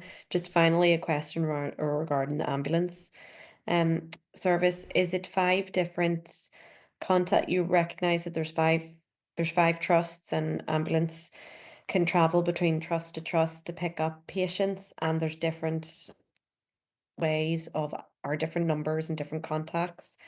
Yes, Surely, sorry. I mean, that doesn't sound like, it's a great financial burden to, regionalize that, or make it kind of more of a single flow. What about the ambulance service view on what actually would take to regionalize that? Well, my colleagues have used the word silo in their responses so far, and I would agree with that, even though we have had a project in recent years labelled as No More Silos. We haven't really realised all the benefits of that to date. So we have a slightly different view in that we are a regional service. We have ambulance stations dotted around the countryside, but when an ambulance crew starts shift in the morning, they can be deployed anywhere and everywhere across the country, and not just for transfers, but with the approach of sending whatever is the closest ambulance to any emergency to respond to that in a timely fashion. There have been some success stories in other fields with regionalising approaches to care. And if I think particularly of the regional major trauma network, where all of the trusts have been able to agree common positions, and we have seen benefit in terms of saving more lives, and Northern Ireland actually performing now very well in the UK, with a significantly improved position in terms of saving lives of patients with serious trauma. And we've seen similar approaches with the regional cardiology network and a regional approach to the management of acute stroke. So I think if the mindset is there to do it, we can achieve it.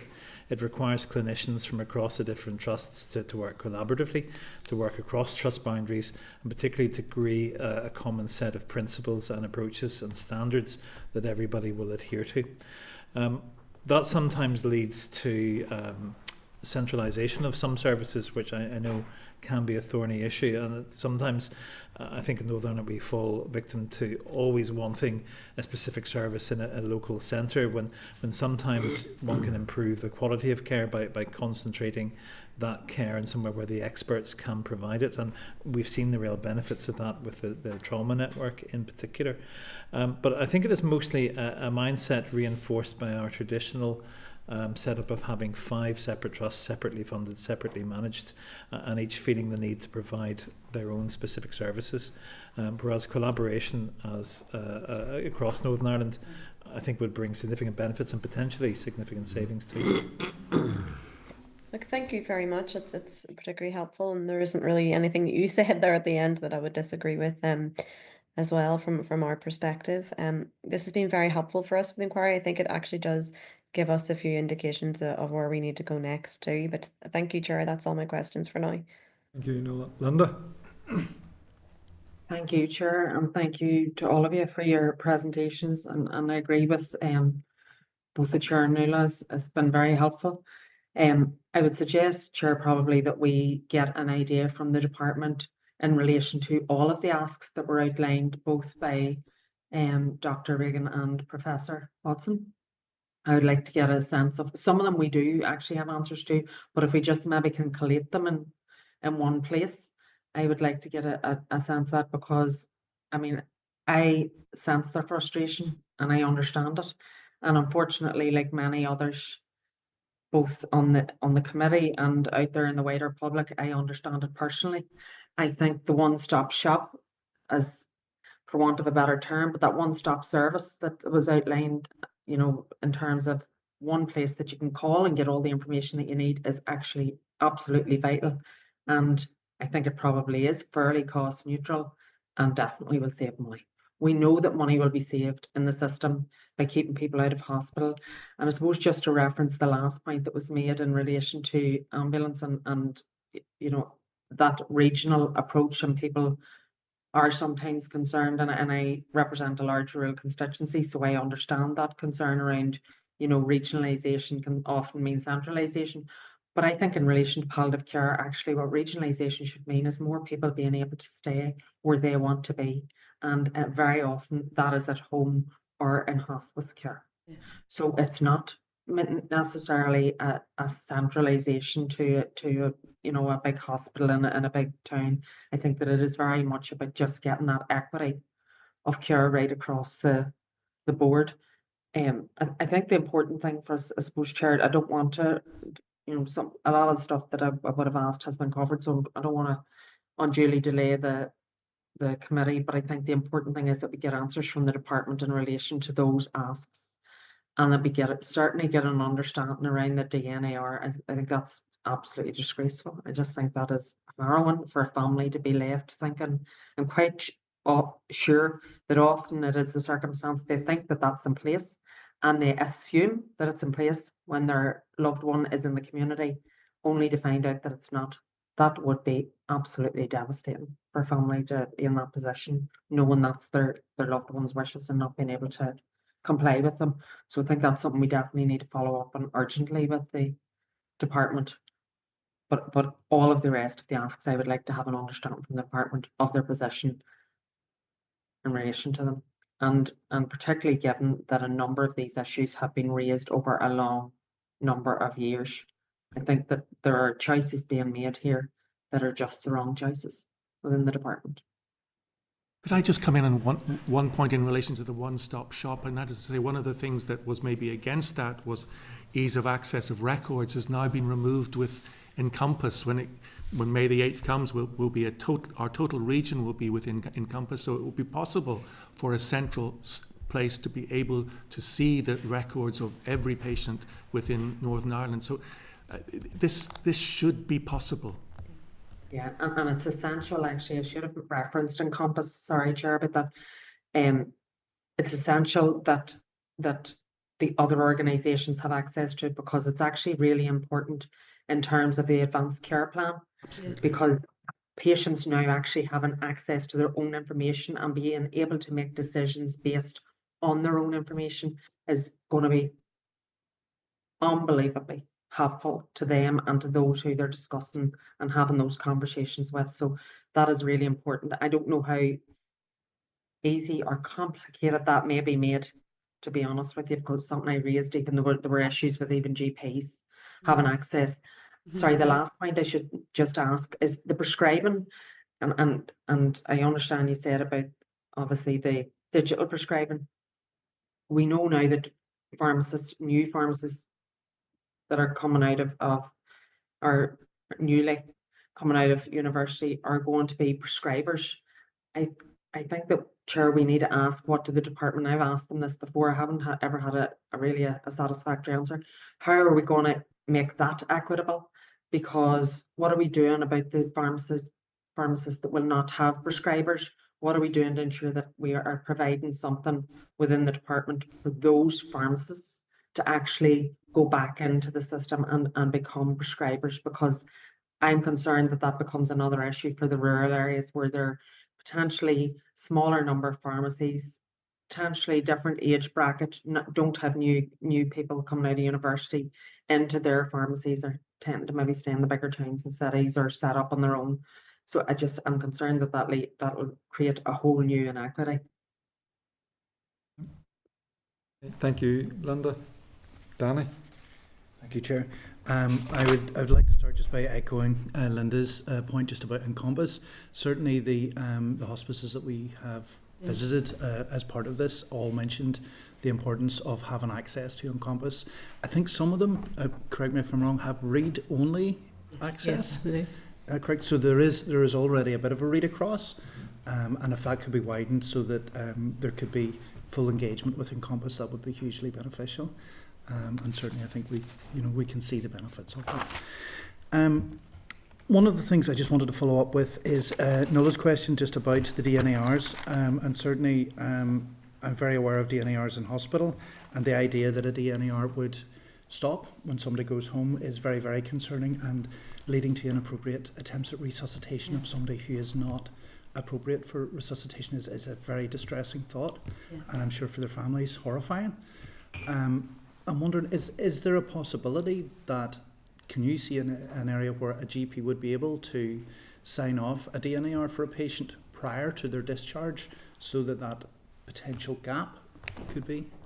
The system that we want is that the DNR, which is signed off after those difficult conversations, and they're not pleasant for families, they're not easy to be done, they're really important conversations, but you shouldn't be having to be dragged through that same conversation multiple times by other professionals. So if the effort has gone in to ensure that the right decision has been made, that should stick with the patient until they choose that they want to change it. So that the DNR should travel with the patient digitally and maybe physically as well. So we would not be wanting a system whereby there's multiple repeats of taking DNR orders. Certainly, I've had that experience. I was quite surprised when you said there were 17 different forms. I've only ever seen one, and we would refer to it as the red form. You know, there's a red border around it, and I've shown it to many ambulance drivers. You know, that prior to a patient being transferred, I thought it was more of a standardised thing. I think the red form, I know the one you're referring to with the red border. I actually introduced that form several years ago in a bid to try and regional ahead of the work done by Respect, and we've been very successful in having that standardised approach where on discharge from hospital in one of our ambulance crews bringing a patient either to home or to a residential setting, nursing care, etc., are presented with a copy of that just for the sake of clarity. But yes, I agree that the notion that somebody has had that very difficult, sometimes very brave conversation on part of the family and the patient and made that decision, and that is valid for the journey home, and then we walk through the doors of somebody's home and suddenly it's invalid, I find incredibly artificial. I deliver a lot of the education, even as recently as yesterday, to our staff on the very topic of compassionate care in dying and management, both of the patients and their families. And this is a question that comes up time and time again, when realistically it shouldn't have to be that way. Ambulance crews are no longer obliged to automatically resuscitate somebody that they are called to, and our national guidelines, referred to as JR-CALC guidelines, make it clear that our paramedics can make judgment calls here as to what is in the best interest of a patient, and to recognise situations where we know that it is likely to be futile and a patient is at end of life. From my own experience in general practice and from being out on the road with our ambulance crews, that when we are called as an emergency, often because a family is in a state of panic and not sure who to turn to, that requires a very rapid and very skillful discussion with a family when somebody has made a 999 call to come and help, and there's a pressure on us to maybe resuscitate. But I think it takes a level of skill and negotiation and understanding of the situation, and that's part of the decision-making process that we've been focusing on developing within our crews to be able to make those judgment calls.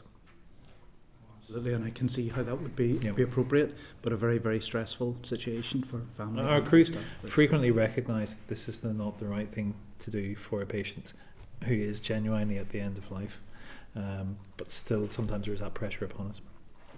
Maybe correct the committee. I'm so old that I do remember the 17 different forms. The work has been reduced with the red form, but there are still multiple different areas where the form can be applied, and so we have this awful situation, particularly for our nursing colleagues, where they go, what should we be doing here? Is this legal? Is this not legal? And then you've got forms travelling around the country to get the appropriate signature. It just needs to be tightened and tidied. With Encompass, you would hope that would be the case, that there should be a universal. Respect is embedded in the Encompass package that we have. Okay. So the DNR aspect of Respect is used in the hospitals, but it just defaults to 0 when a person is discharged. It is possible to override that if we have, transsectoral permission to use the same form. I think it's probably important to say that when someone comes into the community and they've been looked after in the community predominantly by our district nursing service and our GPs, those conversations then are had with the GP. It's just the repeat conversation.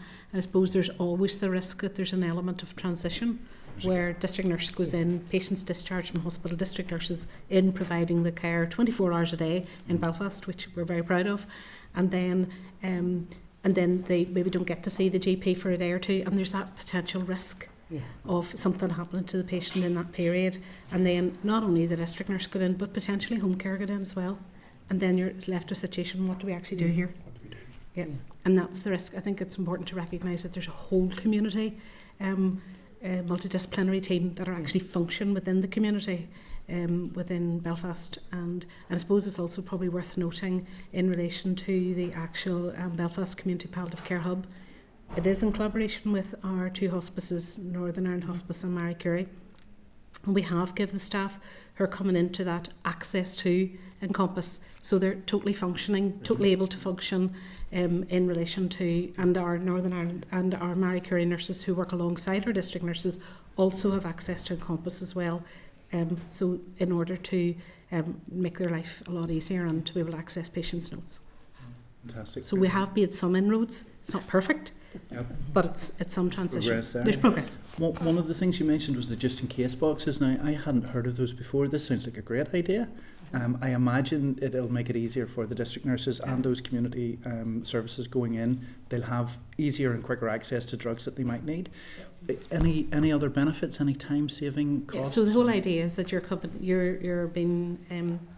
starting to deteriorate in your condition. You're saying, well, I actually might need access to the drugs, to particular drugs, and they're standardised, a standardised set of drugs, pain relief, sickness, those types of drugs, and they turn around and they have that medication sitting in the house ready when it's actually needed. So if it's needed at 2 o'clock in the morning, if it's needed on a Saturday or it's needed on a Sunday, it's sitting ready, prepared.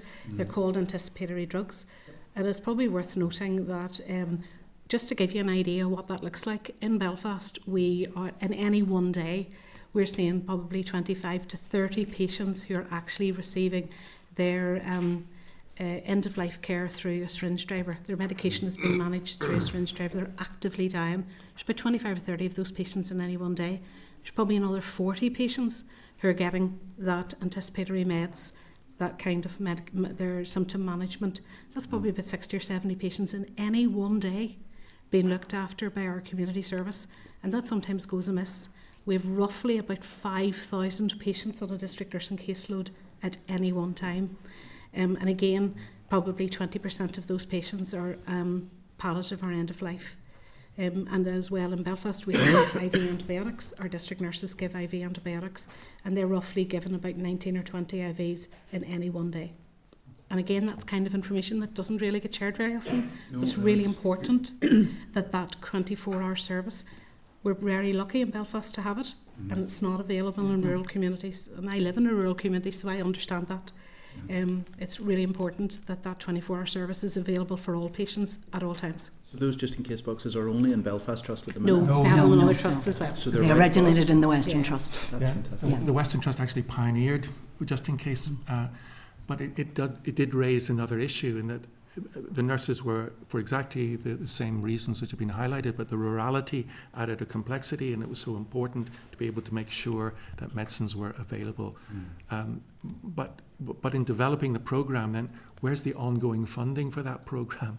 Where's it going to be stored? Where's and it's really difficult in our current system to develop such an initiative and to secure its sustainable future. So a lot of that funding in the West came from charitable donations from families, from a comfort patient support fund, as opposed to, because it's hard in a pressurized system to initiate and to sustain. We can have the wonderful idea, we can have get the pump priming, but keeping the pump going has been a real issue for us in palliative care.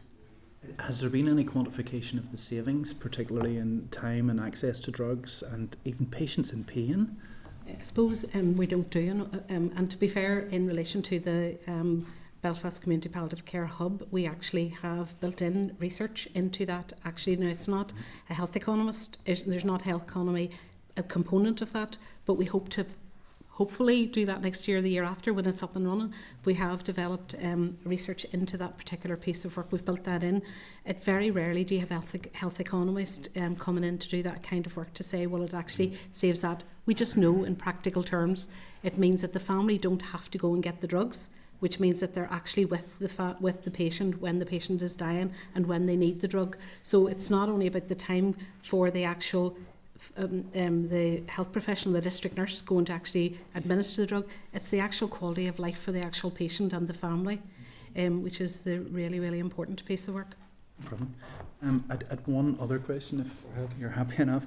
One of the things that came up again and again, and we've heard it in multiple issues on this committee over the last year, is the trusts all have different ways of doing things and different policies and whatever else. And certainly it came across very strongly that seems to be a barrier to delivering good palliative care across Northern Ireland.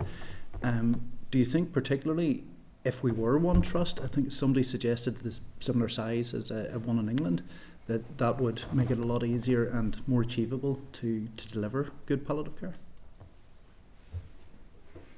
It's hard. We've never had that opportunity, so it's hard to envisage it. Those single trusts the size of Northern Ireland are not perfect either, but there is a level of regionality which really works for you, and there's a level of regionality that works against. That's why I think it's both a regional and a local working together. I think this is just personal. I'm not speaking for the trust in relation to this, but the thing which I find most upsetting as a palliative care doctor for many years is that we can deliver superb palliative care, probably the best palliative care that any country delivers. But the next day we can hear of really bad palliative care. So we have the capacity to deliver, but we don't have the tools to do it consistently.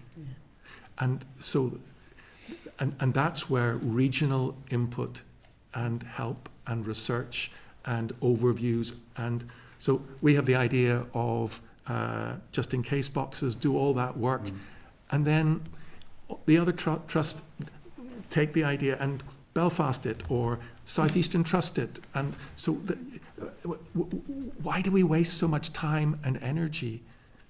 So I think it's a mixed picture. I don't know what Joan thinks, but I think there are some things that we do well as local communities, and that's what supports our hospices.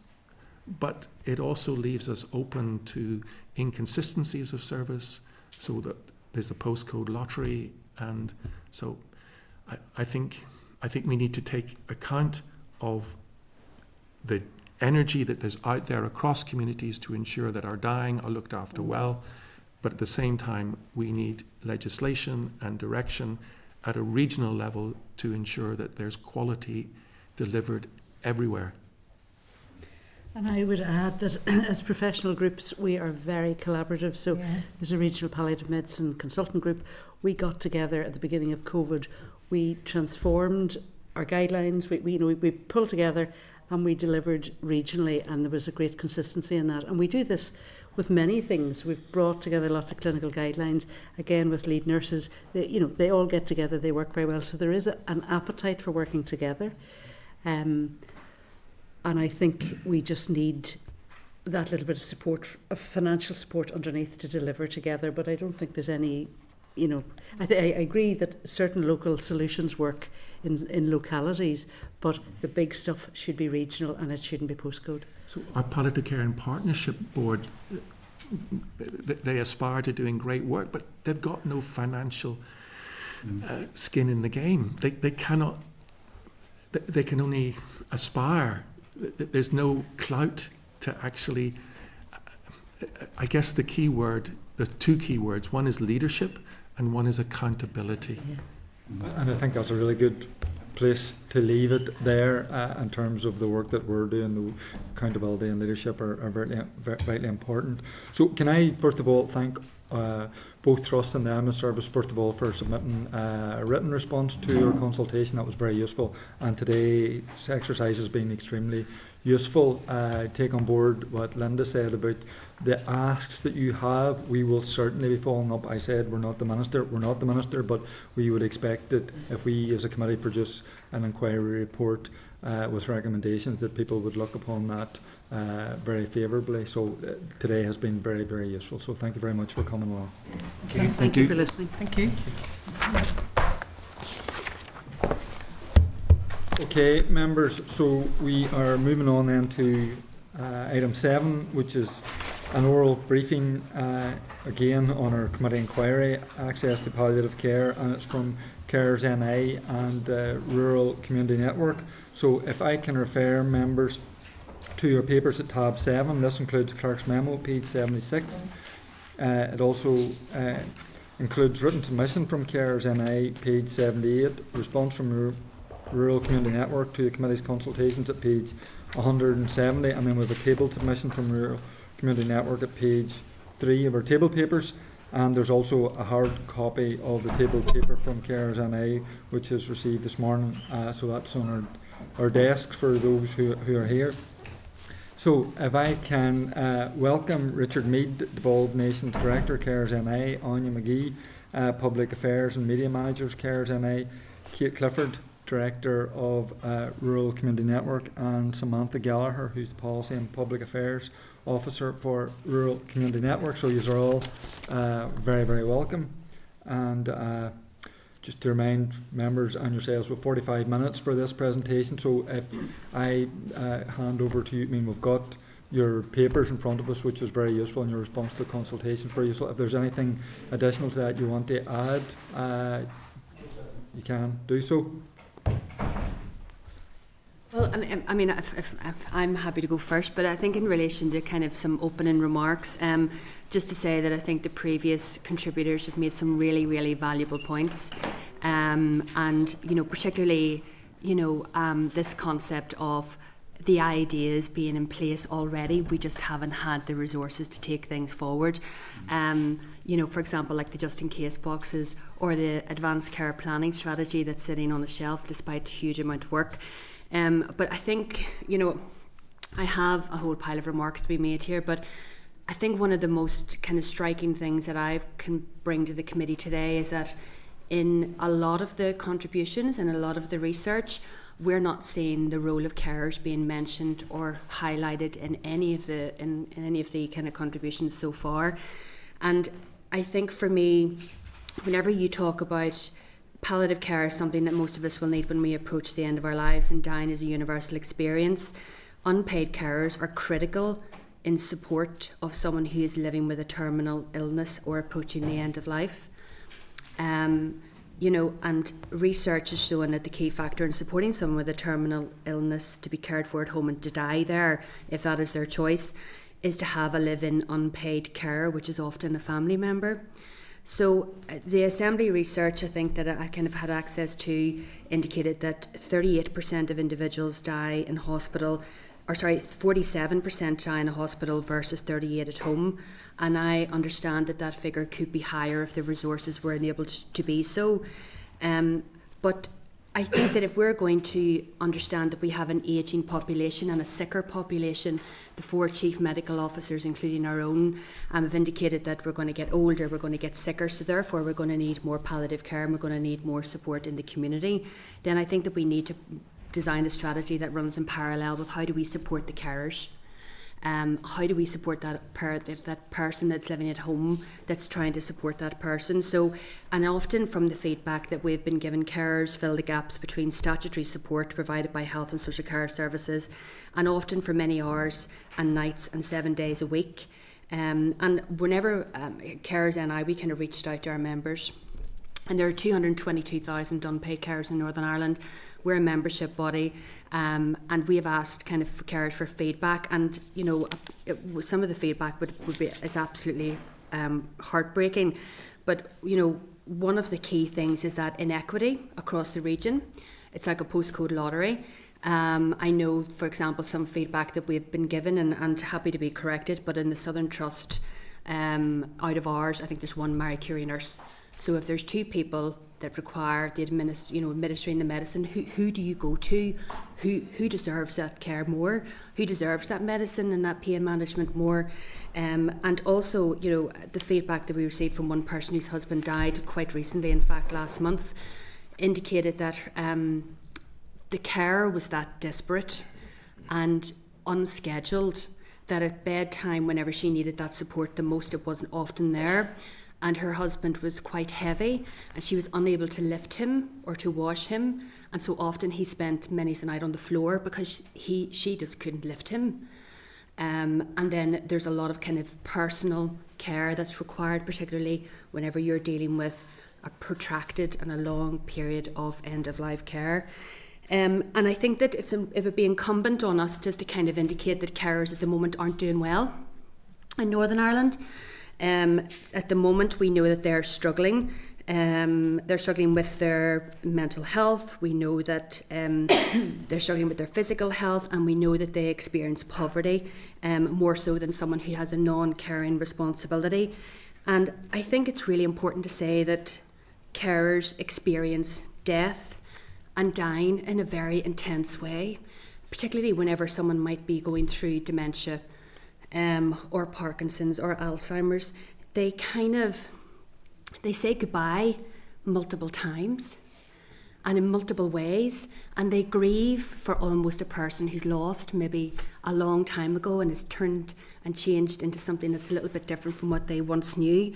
So the grief process for whenever you care for someone who's quite unwell needs to be, and the support for carers particularly, needs to be in place in the pre-bereavement period, the bereavement period, but also the post-bereavement period. And so I think from a carer's perspective, their needs need to be supported too whenever we're having this inquiry into palliative care, and potentially what a palliative care strategy for Northern Ireland could look like. And we have drawn up a paper that covers the following 12 recommendations, and I think hopefully members received that paper today. And that covers that we need to put carers placed on a policy level as a central focus of any palliative care strategy. Their mental health needs need to be supported. There needs to be measures to prevent carers' allowance in the cliff edge at 8 weeks. So whenever a person dies, your carers allowance stops after 8 weeks. So we would like to see that extended to at least 6 months. We also think that there needs to be a focus on employer support. So that's about how an employer can actually facilitate you as a carer that is dealing with someone that requires palliative care and enable you to provide that care, particularly in the home. We need an awareness of what palliative care actually means regionally, because I think a lot of people just think it's the 2 weeks end of life, it's a 3 weeks end of life, whatever. It can be much more than that, and it isn't just elderly people either. And so then we need standardisation of out of hours care particularly. We need a gendered approach because nearly 60% of carers in Northern Ireland are women. And we also need to support and invest in the community and the voluntary services that enable that care to take place if we're talking about a shift left approach.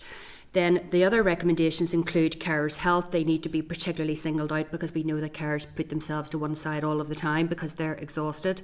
We need pre-bereavement, bereavement and post-bereavement support, and then finally investment from the Northern Ireland Executive. So I think I'll kind of conclude with this remark and pass over to my colleague. From the very beginning of this conversation, whilst the person who is receiving palliative care needs to be front and centre, their carer needs to be considered just as much as what they do, because they need to be recognised as a person with significant needs of their own. They should also be treated as an equal partner in the care of the terminally ill person. And just to conclude, to say we only get one chance to get it right at the end of life. So our palliative care strategy must embed this in its approach. The programme for government indicates a focus on death and dying, and we welcome that. It crucially involves unpaid carers, and there can be no strategy without them. Just to add, I think it's just to think about the consequences of what happens if an unpaid carer doesn't get the support they need.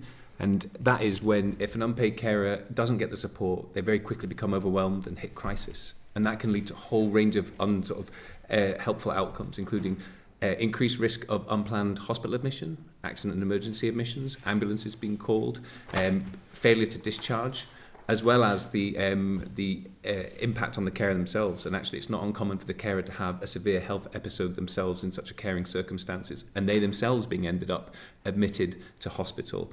And the consequences of that for the experience, this is again something that's, we only get one chance to get right. And if a person is really keen to be cared for at home and then to ultimately to die there, for that failure of that support for the unpaid carer to lead to a breakdown, and that person then say maybe dying in a hospital where they didn't want to be, where the person who's often a family member perhaps not even being able to be there because they themselves are that unwell. There's huge human consequences to that. that adds to the complexity of the grief and the bereavement that that unpaid carer might experience, that can have long-term implications long after the person has died.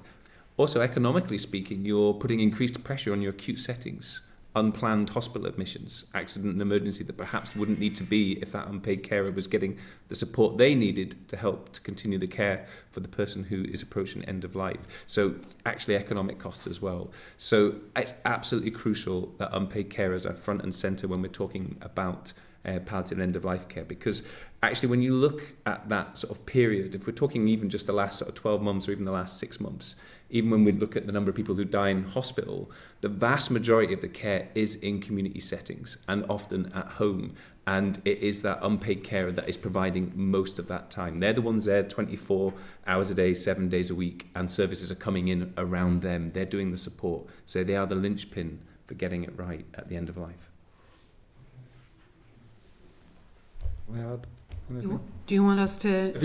Briefly, if you want to. Okay, so we represent Rural Community Network Northern Ireland, and the reason that we're here today is we're not experts in healthcare, absolutely not, and we're certainly not experts in palliative care. But what we are experts in is around rural access and equality of access to services. And I think what we've done today for yourselves, and in our paper you'll see our response, was around access to services and the challenges that come with that.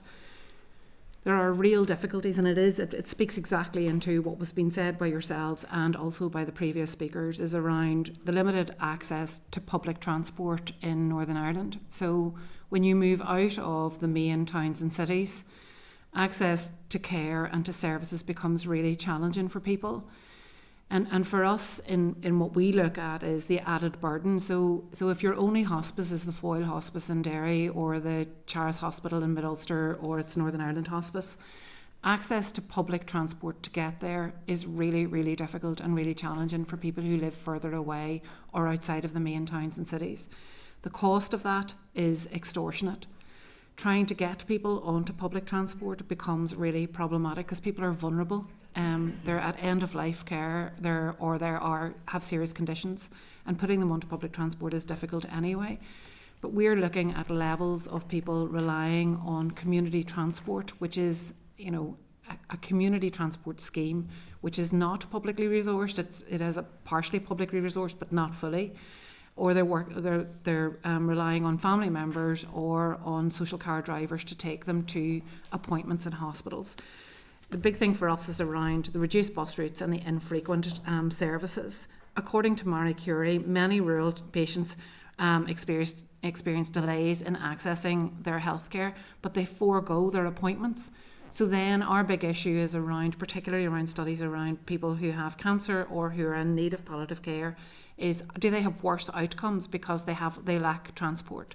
And Macmillan are currently doing a piece of work on that, and Marie Curie have also begun to look at what are the outcomes for rural cancer patients, not just that people present later with and more acutely unwell, but also that when they do appear, that actually accessing care and maintaining appointments becomes really challenging if that person is unable to drive or take themselves to their appointments or their hospitals.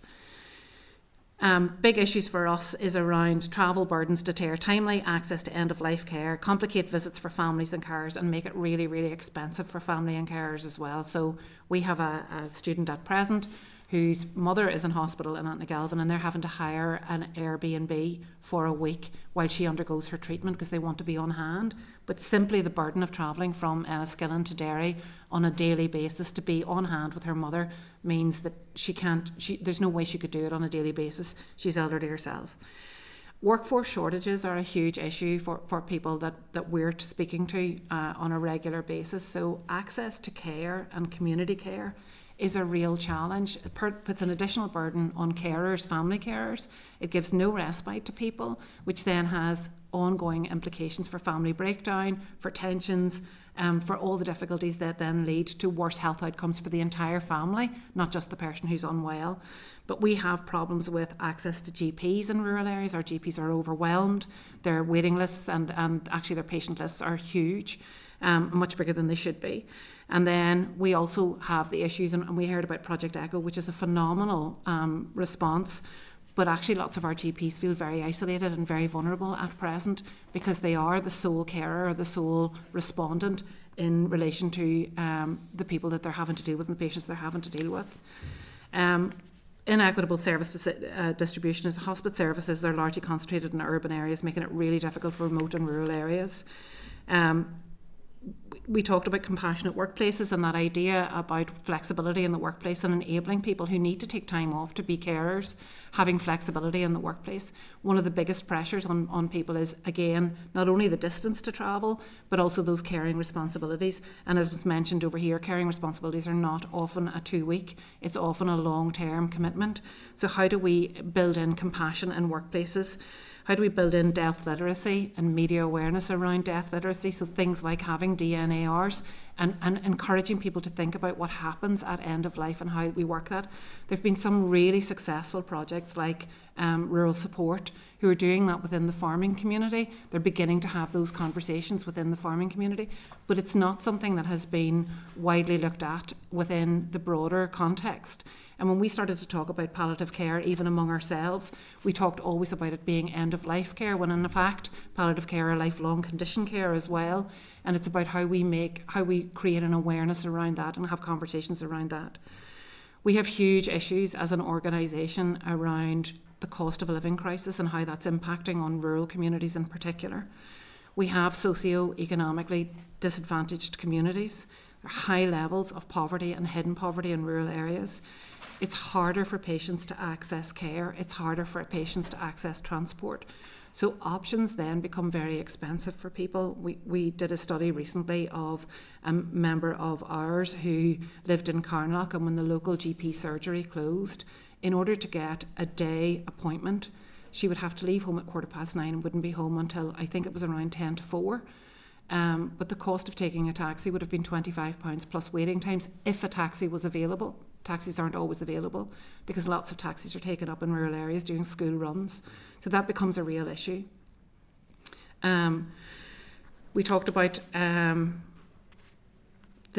and again, Family Support NI talked to us around the fact that travel costs will only pay the cheapest form of travel. So they will only pay the bus route. They will not pay the taxi cost, even if the taxi is the only option for people. And then huge complexities around people who are at end-of-life care and who need access to advice services and advice support.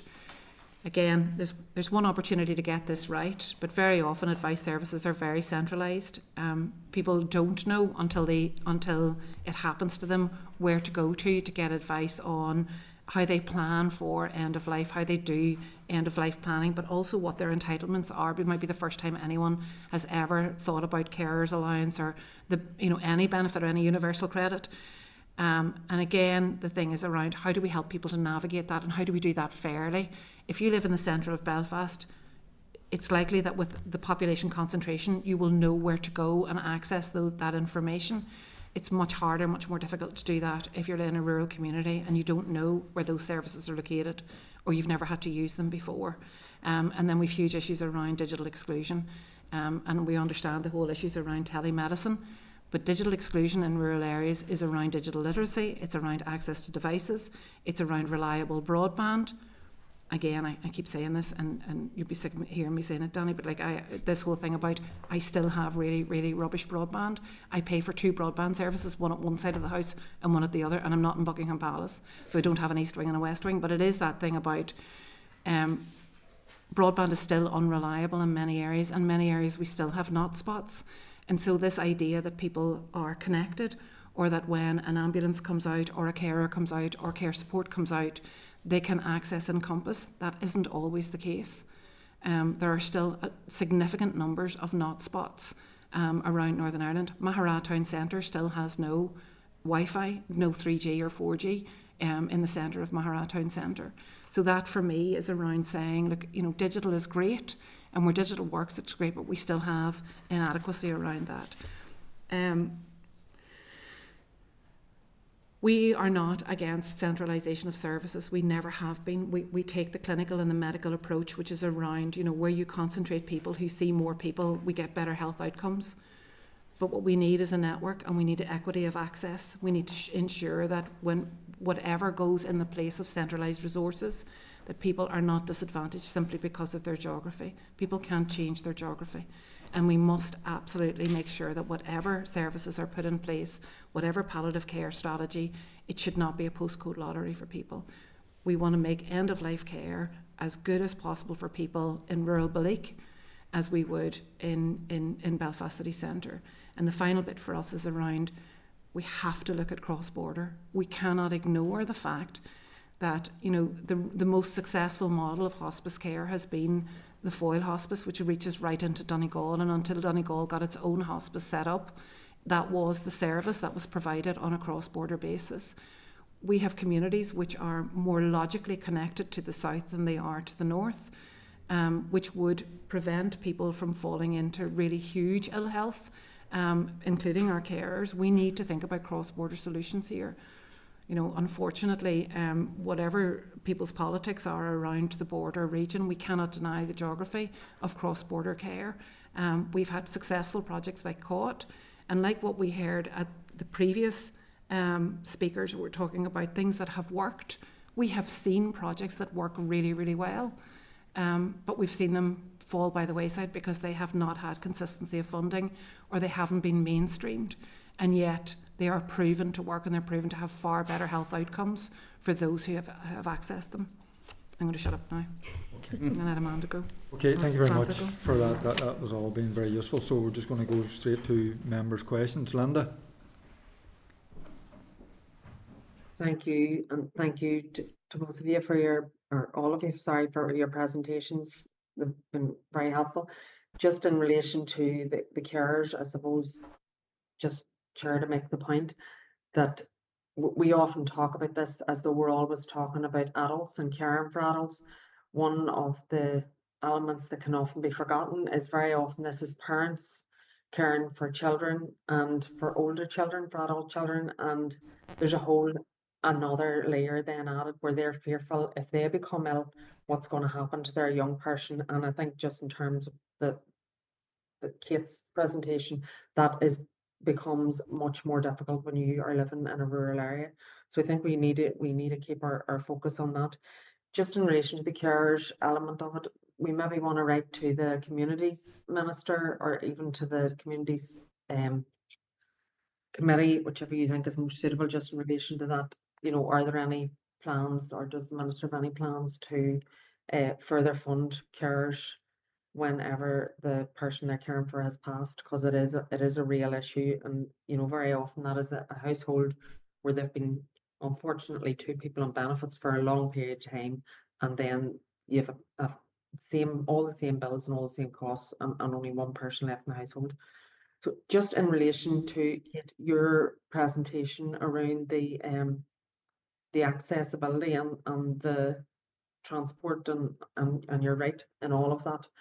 How do we address, or do you have any suggestions how we address some of the issues around the rurality and palliative care and carers, not just for the access to services for the patient themselves, but for the carers as well?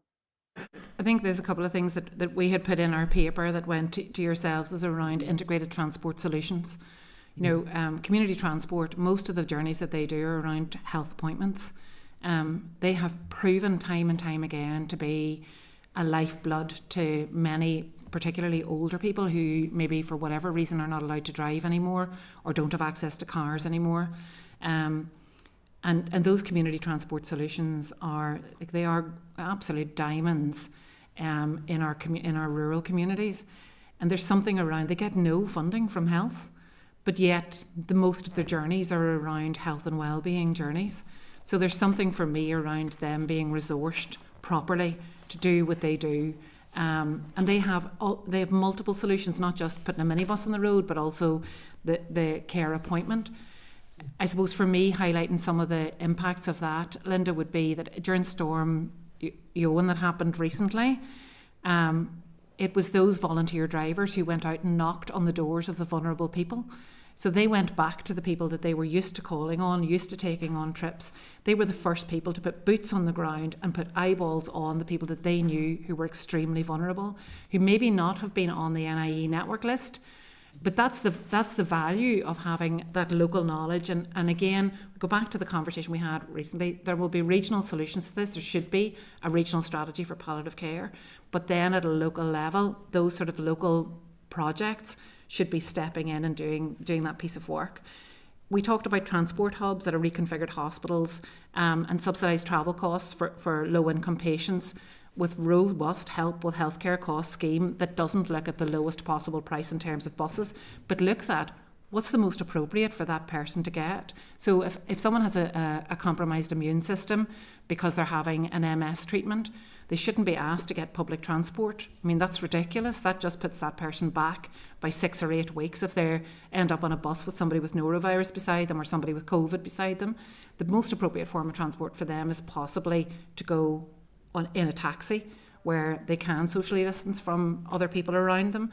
And it's that sort of that help with healthcare costs that could be much more strategically thought about. Yeah, and in terms of that, I think it also needs to be rural proofed. Universal credit is the passporting benefit to help with healthcare costs currently. And at the moment, there's an ISRA report in terms of moving from tax credits to universal credit, and it really highlighted that the rural complexities were causing difficulties in terms of being able to navigate that move from legacy benefit to universal credit. So two of the big things rurally are we tend to have larger family sizes rurally. Now that would be the rule generally in Northern Ireland in comparison to the rest of the United Kingdom, but rural communities in particular have larger families again. There's a 2-child limit on universal credit.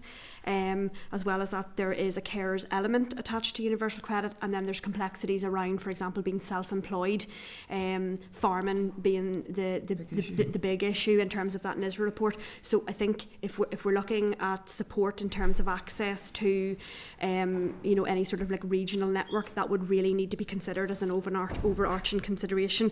And also just to have on record as well that EasyLink and Rural Community Transport for Mana were in conjunction with Dairy Well Women, they were part of that the scheme that we mentioned in our report, and it said that in 1 year they facilitated 6,000 journeys, and over the course of their 5-year funding facilitated 25,000 hospital appointments. That's serious evidence of need, and yet there's no funding from health for them. So that just is evidence in itself of the need, and I suppose the benefits. And for every rural transport journey that's achieved, it's a hospital appointment attended as opposed to a do not attend. So again, it's the cost of the do not attends because people can't get there. And again, if we go back to your cost benefit analysis or economic savings, then rural transport is saving a fortune for people who otherwise wouldn't be able to get to hospital. Sure, thank you very much to both of you for that.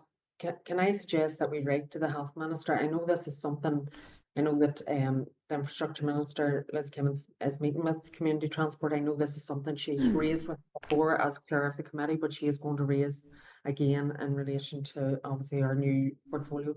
But I think it is important that we write to the Health Minister to find out, because this is a question I've asked before as well, why are health not providing some funding? And this is not all. This is where departments can genuinely work together to overcome some of the biggest challenges for access to health for our rural communities. So I think it's really important, and that can go across all departments. By the way, there's no reason why EA buses can't be used during the summer months when they're sitting in depots all around the country. It's madness. So there's a lot of work that could be done, but I think if we can write to the Health Minister, Chair, and ask what conversations he is having with the infrastructure minister and what his plans are, I think we need to be more definitive rather than just keeping it as broad as that. It allows for too waffly of an answer, for want of a better term.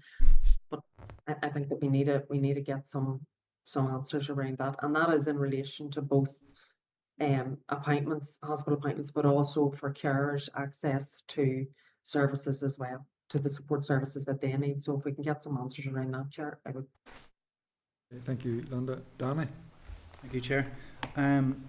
Yeah, quite a lot to go through there. It's amazing to think that 222,000 carers in Northern Ireland, that's more than a tenth of the population, are caring for people. And Saving the Health Service, I can't remember the figure. We did. 5.8 billion a year. That's a huge amount of work that would otherwise land on the health service. So, it's preventing that from arriving at A&E's doors and being in wards, and keeping people in their homes, keeping people as well as they can be. So really, really fantastic to hear about that work. But those carers obviously are doing a lot of work. I think 44% of them are doing more than 90 hours a week of caring. Considering a full-time job's 40 hours a week, so they're really, their whole lives are dedicated to caring for people. And you can see how that could become strained, and they could become ill and whatever else. So I just wanted to know, they're obviously the most important people in these patients' lives.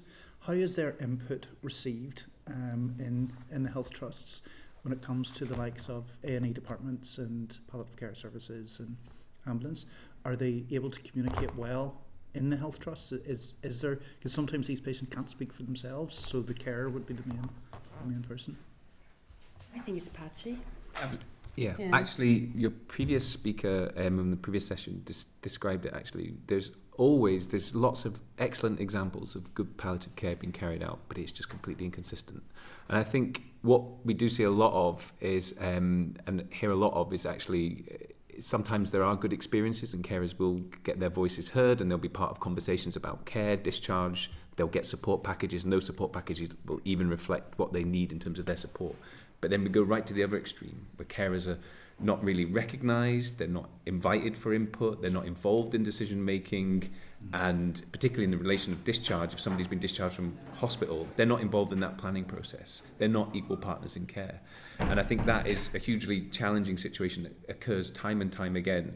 And it's patchy in the sense that sometimes they might get a good bit of care, but then actually they might be involved in the discharge planning, but then they get home and actually the support package that's meant to be there hasn't materialised or is inconsistent, and then they've subsequently readmitted and the carer is not getting that support. I think in terms of how we try and rectify some of that, there is a resource issue and a capacity issue. But I think actually in terms of a good palliative approach, there needs to be a focus as well as on the cared for person about identifying who that unpaid carer is. Who is the unpaid carers? Because it might be more than one. And this kind of actually speaks to Linda's point that she made before about, she particularly referenced the parent carer who might be caring for a terminally ill child or a child with life-limiting illness, and then what happens if they become sick, and that's part of this. You need to identify those carers, and then there needs to be a plan for the carer as well as alongside the cared for person. And in that needs to be emergency plans. So what happens in those eventualities where somebody does become sick and actually they can no longer care for the person they're looking after, whether it's a child or whoever. So that then actually there is an emergency plan that can be put into place quickly, extra support can be come in, and actually it's then you will see a greater chance of that care in that home setting being able to continue while the care recovers, or whether and that is a much better approach than I think what we see far too inconsistently at the moment. I think, Danny, just to answer your question, I mean, Carers and I undertake a survey of carers every year. It's called the State of Caring Survey, and last year 1,200 carers responded to it. And overwhelming their responses that they are sidelined or ignored or marginalised in all of their experiences with healthcare professionals. They are under huge amount of pressure. There is no doubt about that, day in, day out. And what I will say is that the intensity of the hours that Northern Ireland carers are providing is increasing as the years go on. So back in 2011, we had 56,000 people who provided 50 hours or more of unpaid care every week. In 2021, that rose to 70,000 individuals, and that was recorded in the 2021 census. And we know that there's another at least 50 to 100,000 carers who haven't been counted for as a result of the pandemic. So situations have changed dramatically. But whenever you consider how they're experiencing healthcare in Northern Ireland, it is really, really challenging, because of the resources that are very well documented on the system. So if you can imagine an A&E experience or an ED experience, how a carer is supported, some of it can be very sympathetic and some of it can be really, really compassionate, but some of it is really, really limited because there just isn't the capacity to bear in mind their needs. Or do a carer's assessment or understand what their needs are in that time and moment. But I also think that whenever we're dealing with the number of people who care, so for example in our survey, I think the number of people who have been caring for 20 years or more is somewhere in the region of 40%. So we're talking about long periods of time. So I think that whenever we're talking about a palliative care strategy, we're talking about people who care for a couple of months and really intense end-of-life care. We're talking about people who care for 5 years, between 5 and 9 years.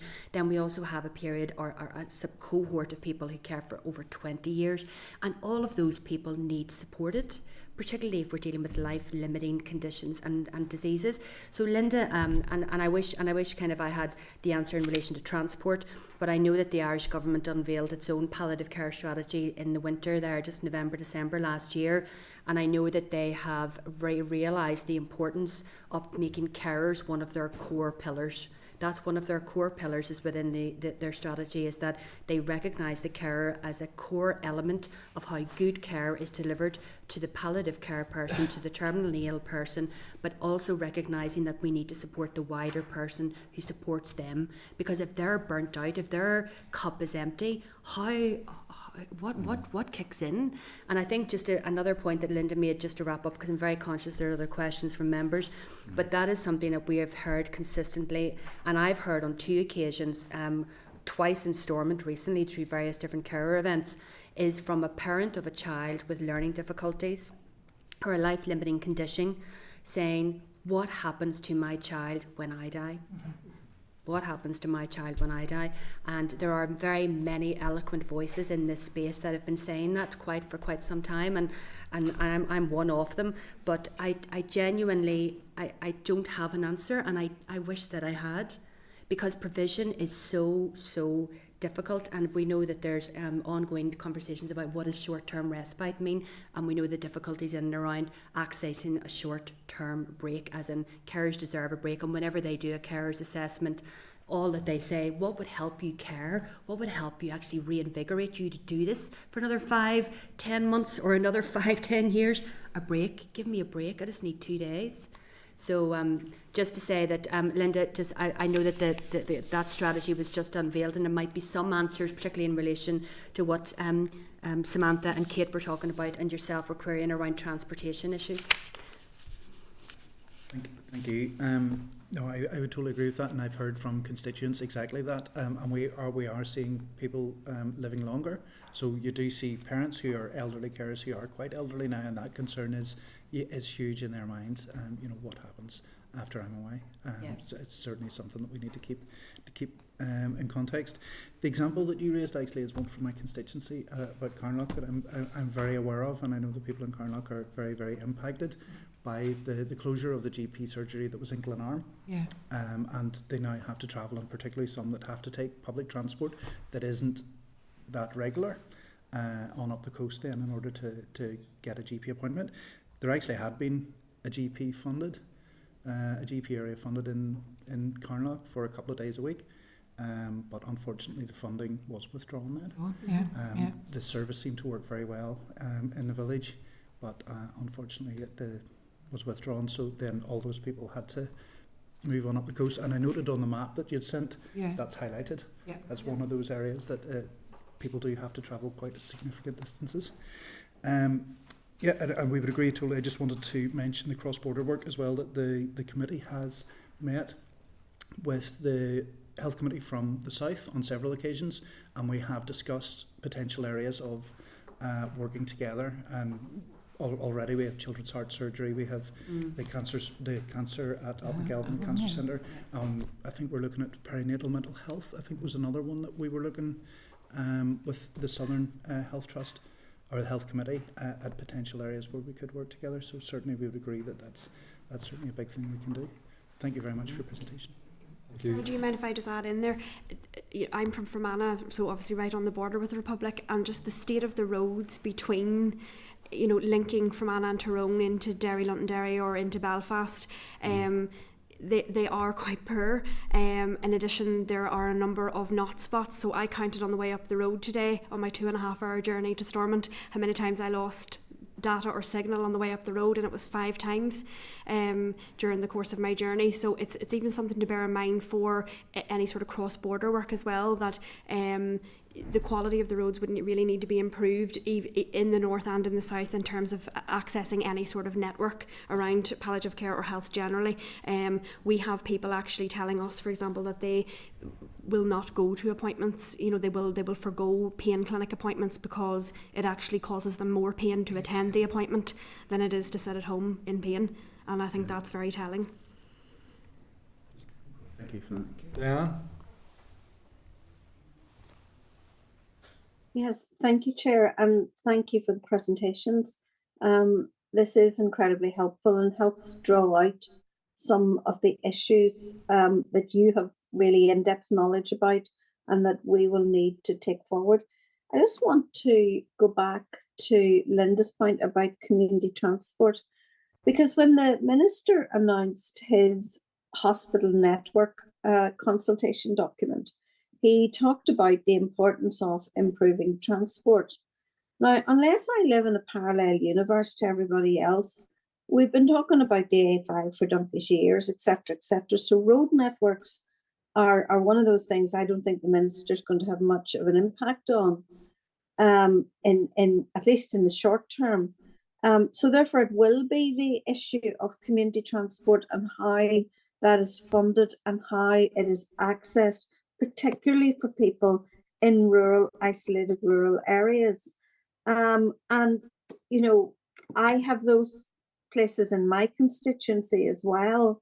And I just think that that's something that's a really important issue in terms of access to palliative care, access to treatment in specialist centres, and access to palliative care in our community.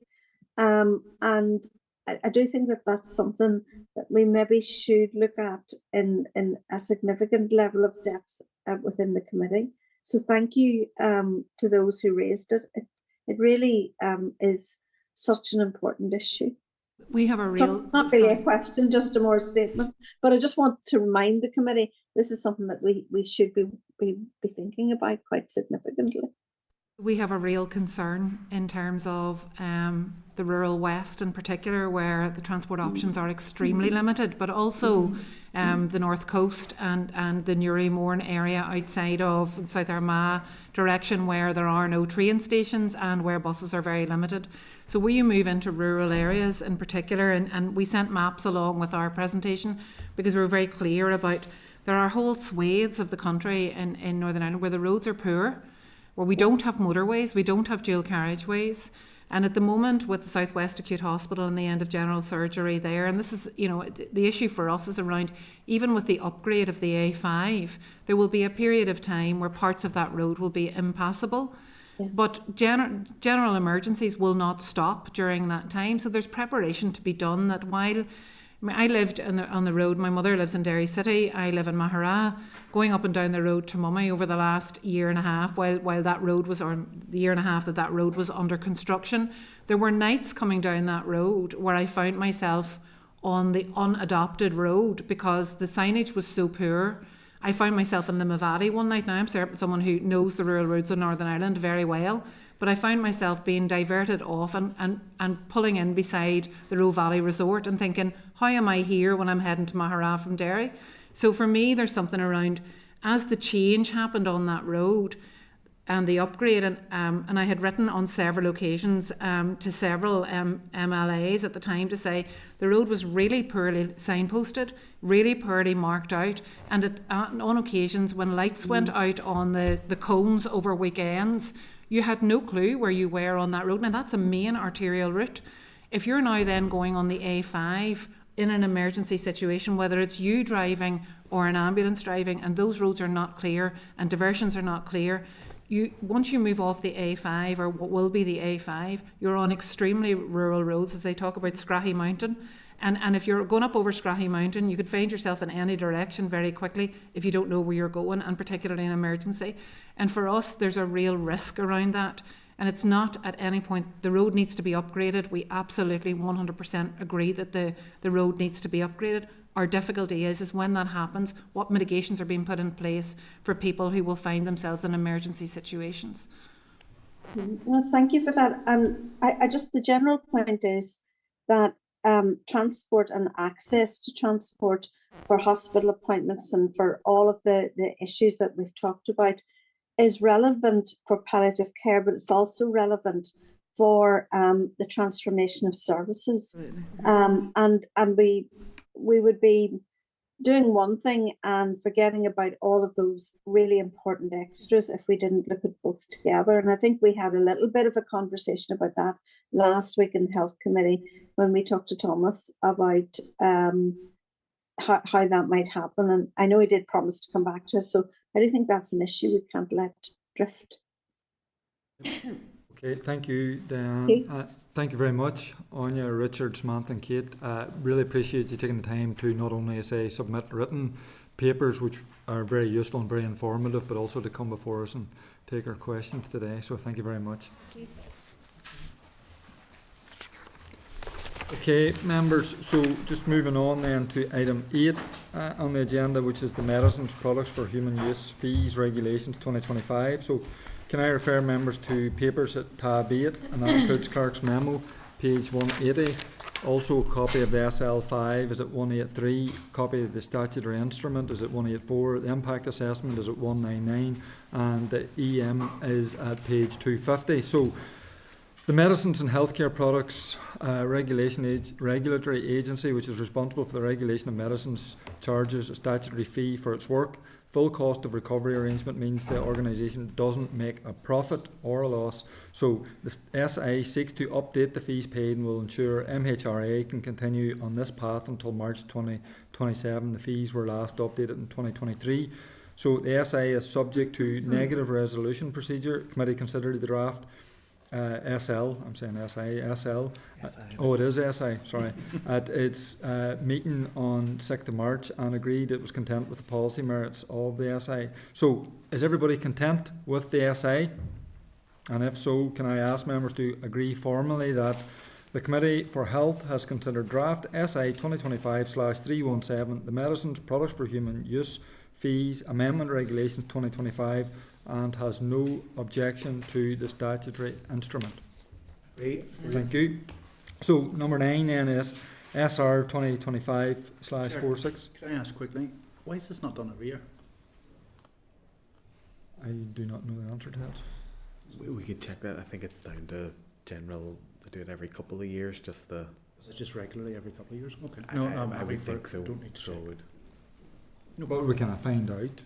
We can I ask. can ask a question. Yeah. Okay, we will.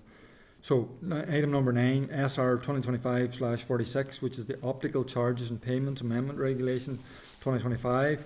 So at tab 9 is all the information. It includes the clerk's memo. It includes the SL5, the SR, and also the explanatory memorandum. Just to advise members that the committee considered and agreed the relevant SL1 at the meeting on the 27th of February, and the statutory rule seeks to increase the value of optical vouchers issued to certain patients to help with the cost of glasses or contact lenses. As somebody who is pretty much blind, I should declare an interest that I either may benefit from this at some point. So the statutory rule is subject to negative resolution procedure and will come into force on the 1st of April 2025. However, the rule was only laid in the Business Office yesterday, so any committee agreement to proceed with the rule will be subject to the Examiner of Statutory Rules reporting no issues or concerns. So can I ask members if you're content with the SR with that caveat, and if so, ask members to formally agree the Committee for Health has considered draft SR 2025/46, the Optical Charges and Payments Amendment Regulation 2025, has no objections to the rule, subject to the report of the Examiner of Statutory Rules. Content? Thank you. Okay, members, correspondence. So Can I refer members to correspondence list at tab 10, which is page 276? Can I refer members to a couple of items? So correspondence from the Belfast Trust at page 278. This is an update on works associated with the water safety at the new maternity hospital. The Trust has indicated that it continues to progress in resolving the issue of PSA in water outlets, and that all physical works and alterations have been implemented as recommended by the Trust's independent water expert, Hydrop. So members will also see there, just in written format from the Trust, what we heard the day we visited in terms of the three options, which I suppose there's quite a disparity in terms of the time frame for getting the hospital open, and also the potential cost as well. So we I suppose welcome that the issues seem to be dropping in terms of the prevalence of PSA and water outlets, and we would keep our fingers crossed that certainly there's a bit of optimism that option one will be the outcome, which will definitely save time and money. So Diane, you wanted to comment? Yes, thank you. Just to say that could we actually ask the Trust what's the difference between the new water safety group that they talk about in this recent letter and the old water safety group that expressed its continuous concerns about the progress of water safety in the building before the handover? Yep, we certainly can. Is this a new group? And if so, is the other one disbanded, and why? And is it made up of different people? It's just to understand that. Yep. Everybody content with that?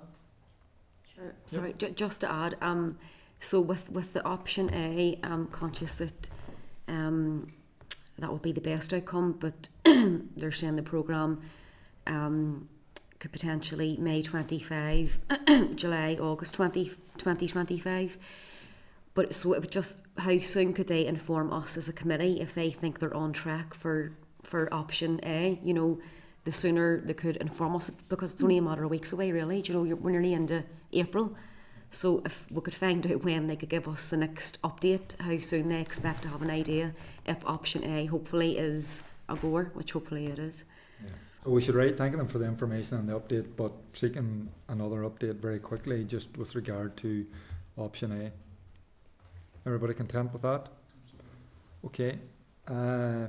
So, I mean, I just wanted to also kind of highlight, I had asked the Minister when he was here about prevalence of instances of physical abuse and verbal abuse against health and social care staff, and I actually asked him a couple of times in the chamber as well. So we've got that back in written format, and I mean it's very, very stark, to be honest with you.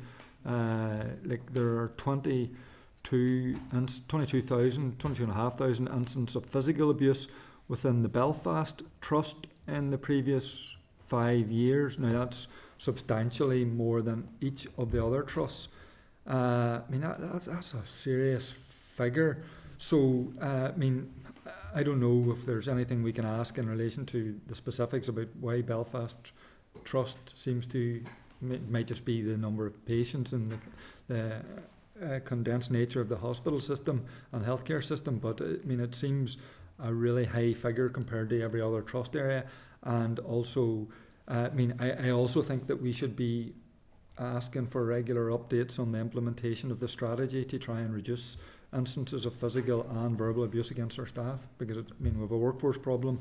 If you were reading this as a young 16-17-year-old thinking about what your career would be, it wouldn't be particularly helpful in deciding to go into the healthcare sector. Danny? Thank you, Chair. I would absolutely agree. One instance of violence against a healthcare staff is one too many, and many careers are blighted by incidents of violence, whether that be from an angry patient or a relative or whoever, but certainly it is frighteningly common. The figures that we've got back, the Belfast Trust one, it just seems so out of kilter with the rest. Now certainly it appears to be about 3 times as much as the other trusts, 22,000 as opposed to 7,000, 8,000, 8,000 and 7,000, you know, so there's a significant difference there by a factor of 3. So certainly I think we should be asking the Belfast Trust, is there particular reasons for this? Is there a breakdown in what types of assaults? Do they count them in the same way that the other trusts do? Just to try and understand why that would be so high in the Belfast Trust. But certainly one instance is too many. And certainly, but need to understand. Is the inner city location of the Belfast Trust a habit bearing? I mean, I wondered if you asked the PSNI about assaults on officers, would you get that same from area to area? I would imagine the instance of assaults on police would be greater in the Belfast area than it would be, say, out in the rural areas, you know. So it might be just an inner city problem, but it's a heck of a number of incidents. Absolutely is. Linda? Just a very quick point on that, Chair. I think you're right. We do need to get an understanding of why. I mean, you are talking about obviously probably a significantly higher number of people, but there is another issue that I don't think we can ignore. So I know people will very often jump to legislation and criminalisation, and I'm not saying that doesn't need to play its part here, but we need to understand the underlying cause.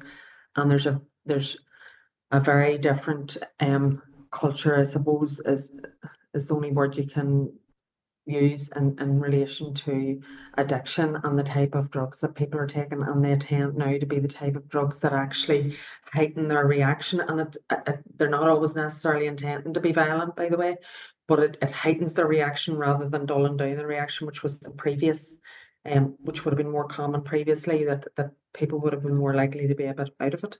The type of drugs they were taking, now the type of drugs they're taking have a very different impact, particularly that injected use of cocaine and a mixture of drugs that heighten your reaction. So I think we actually need to get an understanding, because without an understanding, or if we need to know if the department have an understanding, because if they don't, then how do they address it? Because this may be an issue that needs a more broader approach to it than just a health approach, or it may be a health approach but a different type of health approach, in terms of how these people are supported and managed and dealt with whenever they come into the system.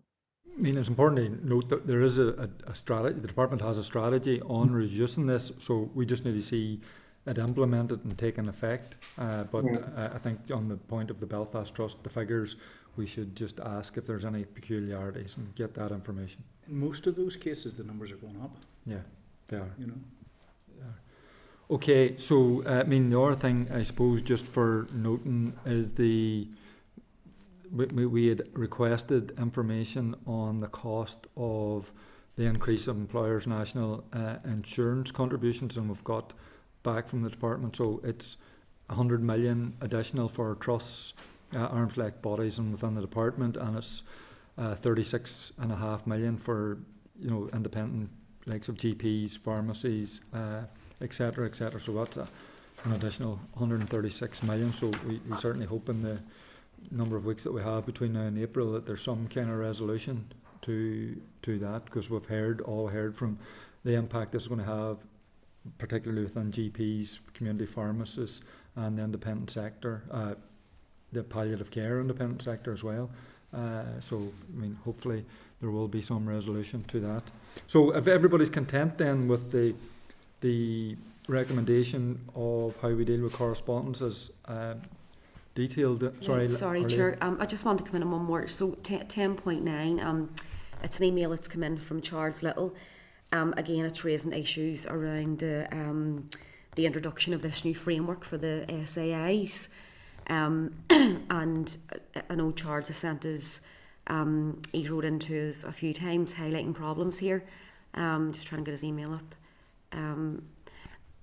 But yeah, so I was having a look at the Forward Work programme. I know that we're due to do a session, I don't think it's until the 12th of June, with those families with lived experience, the stakeholder event. Is that right, Keith? That's in relation to the lived experience around SAIs, so the thing is, the consultation is up on the department website now for this review into the SAI framework. It went up on the 10th of March. and it's closing on the 6th of June. And I'm just wondering, because I think that as a committee it's important that we are getting feedback from people exactly like Charles Little and all the other people that we've spoke about that have been contacted. We need to be hearing, for me as a committee, from those victims of this process. So even we could feed that in. I don't know, even as a committee, if we can respond to the consultation. I don't know if that's possible, but I'm just conscious if that event's on the 12th of June, then we're missing that window of the SAI consultation. Just to say, normally, Chair, in relation to consultations undertaken by the department, we'd be considered a super consultee, which would mean that once the consultation's closed, we would get a briefing on essentially the responses that they received. So we wouldn't ourselves respond during the consultation period, but the department would come brief us on the results of the consultation, and then at that point the committee are able to have an input. So would that still allow us then, say we done the session on the 12th of June with the families and the victims, and then if we get the briefing after that from the department in terms of the feedback that they've received, can we then input our feedback on behalf of the families, and the department will still take that on board even though their public consultation window is closed? I can't say for certain Okay. that the department will. I would imagine the department will want to hear what the committee have to say and take it on board. But again, it'll be up to the department to take forward, I suppose, the next steps in relation to that policy. I would imagine the committee would play a significant role in assisting and advising the minister in that. Okay. So the timing will work okay. If the consultation closes in June, I'd imagine we probably won't get briefed until September. Okay. Because I would imagine there'd be a significant response to this. Yeah. And it will take them some time to filter through the responses and then to look at next steps. So that briefing in June is essentially to give us an update on where things are at and the next steps. So the briefing on that we're due to get, I'll check and see, we are due to get an update on the SAI. I can't remember what Yes, the I know date we is. spoke about that. 15th of May. So it Okay. is. We have a briefing from the department on progress. But in relation to the next steps following the consultation, I'd imagine we'll have another briefing in September time. Would it be worth seeking clarity, just absolute surety that that's the way it's going to work, rather than maybe miss out, I think we should do that, but I mean, I know from my own experience in other committees, whether it's the economy or agriculture, environment, I mean, the department come to give us updates and consultation, but they take the view. I mean, that's our role as a committee, is to give them a view. So I don't think giving them that view after the consultation process ended is lessening the impact of us giving them their view, and we will have had the conversations with those impacted prior to that. We can seek clarification if that is the case, but I just know that in any other committee I've been on, that has absolutely been my experience. Yeah, because it's just there's already a family member that's reached out to me that has been was given the details of the here's the link to the consultation on the website, but this is a family that's gone through trauma, I would say, in terms of their own experience. So I doubt that that family will have the time to go through a lengthy consultation online, to go through. They're more worried about what has happened to their loved one and following a process and whatever. So for me, it's just crucial that we're getting the feedback from those families that have reached out to us, and that we can definitely stand over, that we can pass that on, or that we can support them in terms of that. I don't know, was Charles Little invited to that? Did he fall into that? We met with Charles before as part of the engagement group. That's right, yes. So we did. Yeah. I need to check and see what the list is. No problem. Certainly, if members wish, we could write to the department to ask how they're engaging with lived experience in this consultation process. Because I do appreciate sometimes the consultation process very focused on responding, but maybe if the committee wished, we could ask how they're being more proactive and engaging with those with lived experience. That would be helpful in the meantime, Keith. Yes, absolutely. Thank you. Okay, thank you. Okay, members, then, so is everybody happy with the suggested actions on page 277? Yeah. Okay, forward work programme. Can I refer members to the draft forward work programme at tab 11, page 340? So this has a list of all proposed visits, events and external meetings, is also at page 347. Can I just ask members to note that the next meeting is here next Thursday, and also to remind you that the committee event with representatives of SOAS, Save Our Acute Services, is at 1 p.m. in room 21 next Tuesday, the 25th of March. Lunch will be provided, so hopefully we'll see a good attendance at that. Are members content to note the briefings set out in the forward work programme? Thank you. Any other business? Sorry, Chair, just with our planned visit to St Francis Hospice, are we travelling down together, or is that if I missed an email? Yeah. Gotcha. Did you miss the email? So have I then. Sorry. We did ask for if members wish to travel down together, so we have had responses from members. So that will be put in place and there'll be arrangements made. We'll get the times out in the next week or so, just to confirm what time we're leaving from here, and then I think there'll be one pickup on the way down as well. And as chair, I get to pick the music playlist. Let's have her Blondie. Okay. Any other business? Can I just raise one item? I suppose we've all seen the media around the welfare reform cuts from the Labour government, and we know the impact that it's going to have. I mean, I'm just wondering, is there any merit in us as a committee writing to the Health Minister to see if he is able to determine the impact that it may have? I mean, because we have a high proportion of people suffering from mental health here in the north. That seems to be the group that are going to be impacted. We've heard from different sectors even today in relation to the impact that it might have. So I'm just asking, is it something the committee could do, right to the Health Minister, to see if he has any potential information on the number of people that these cuts may have an impact on here in the north? It might be somebody might be ultimately the Department for Communities, but the Health Minister might have some information. Linda? Yeah, Chair, I think we absolutely should, and particularly given that this will severely impact carers, because when somebody loses their disability benefits, their carer loses their carer's allowance. So people who are already suffering from very, very often in dire poverty and in really, really difficult circumstances are going to have their lifeline removed. This could potentially have major implications for social care, which we already know the situation we're in around social care. So I would ask in relation to both health and social care. Thank you. If there is any mitigation, say the executive decided that we'll make up whatever the shortfall is, where they're going to get the money from, it's another matter. What department would be driving that? Would that be, is that communities? Yeah.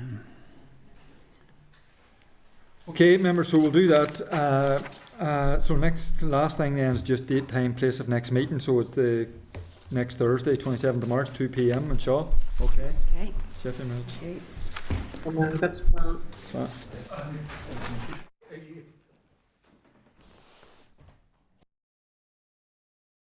Committee Room 29. Sound.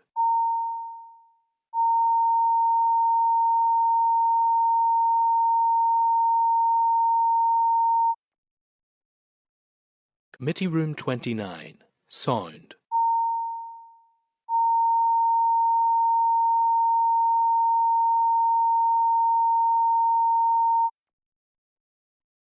Committee Room 29. Sound.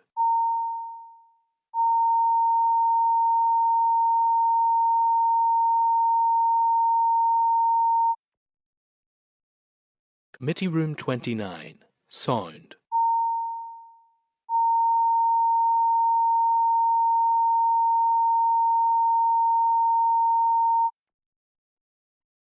Committee Room 29, sound.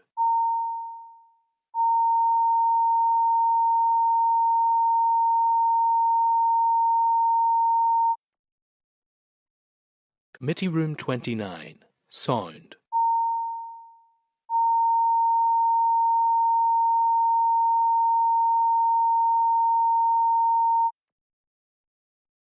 Committee Room 29, sound.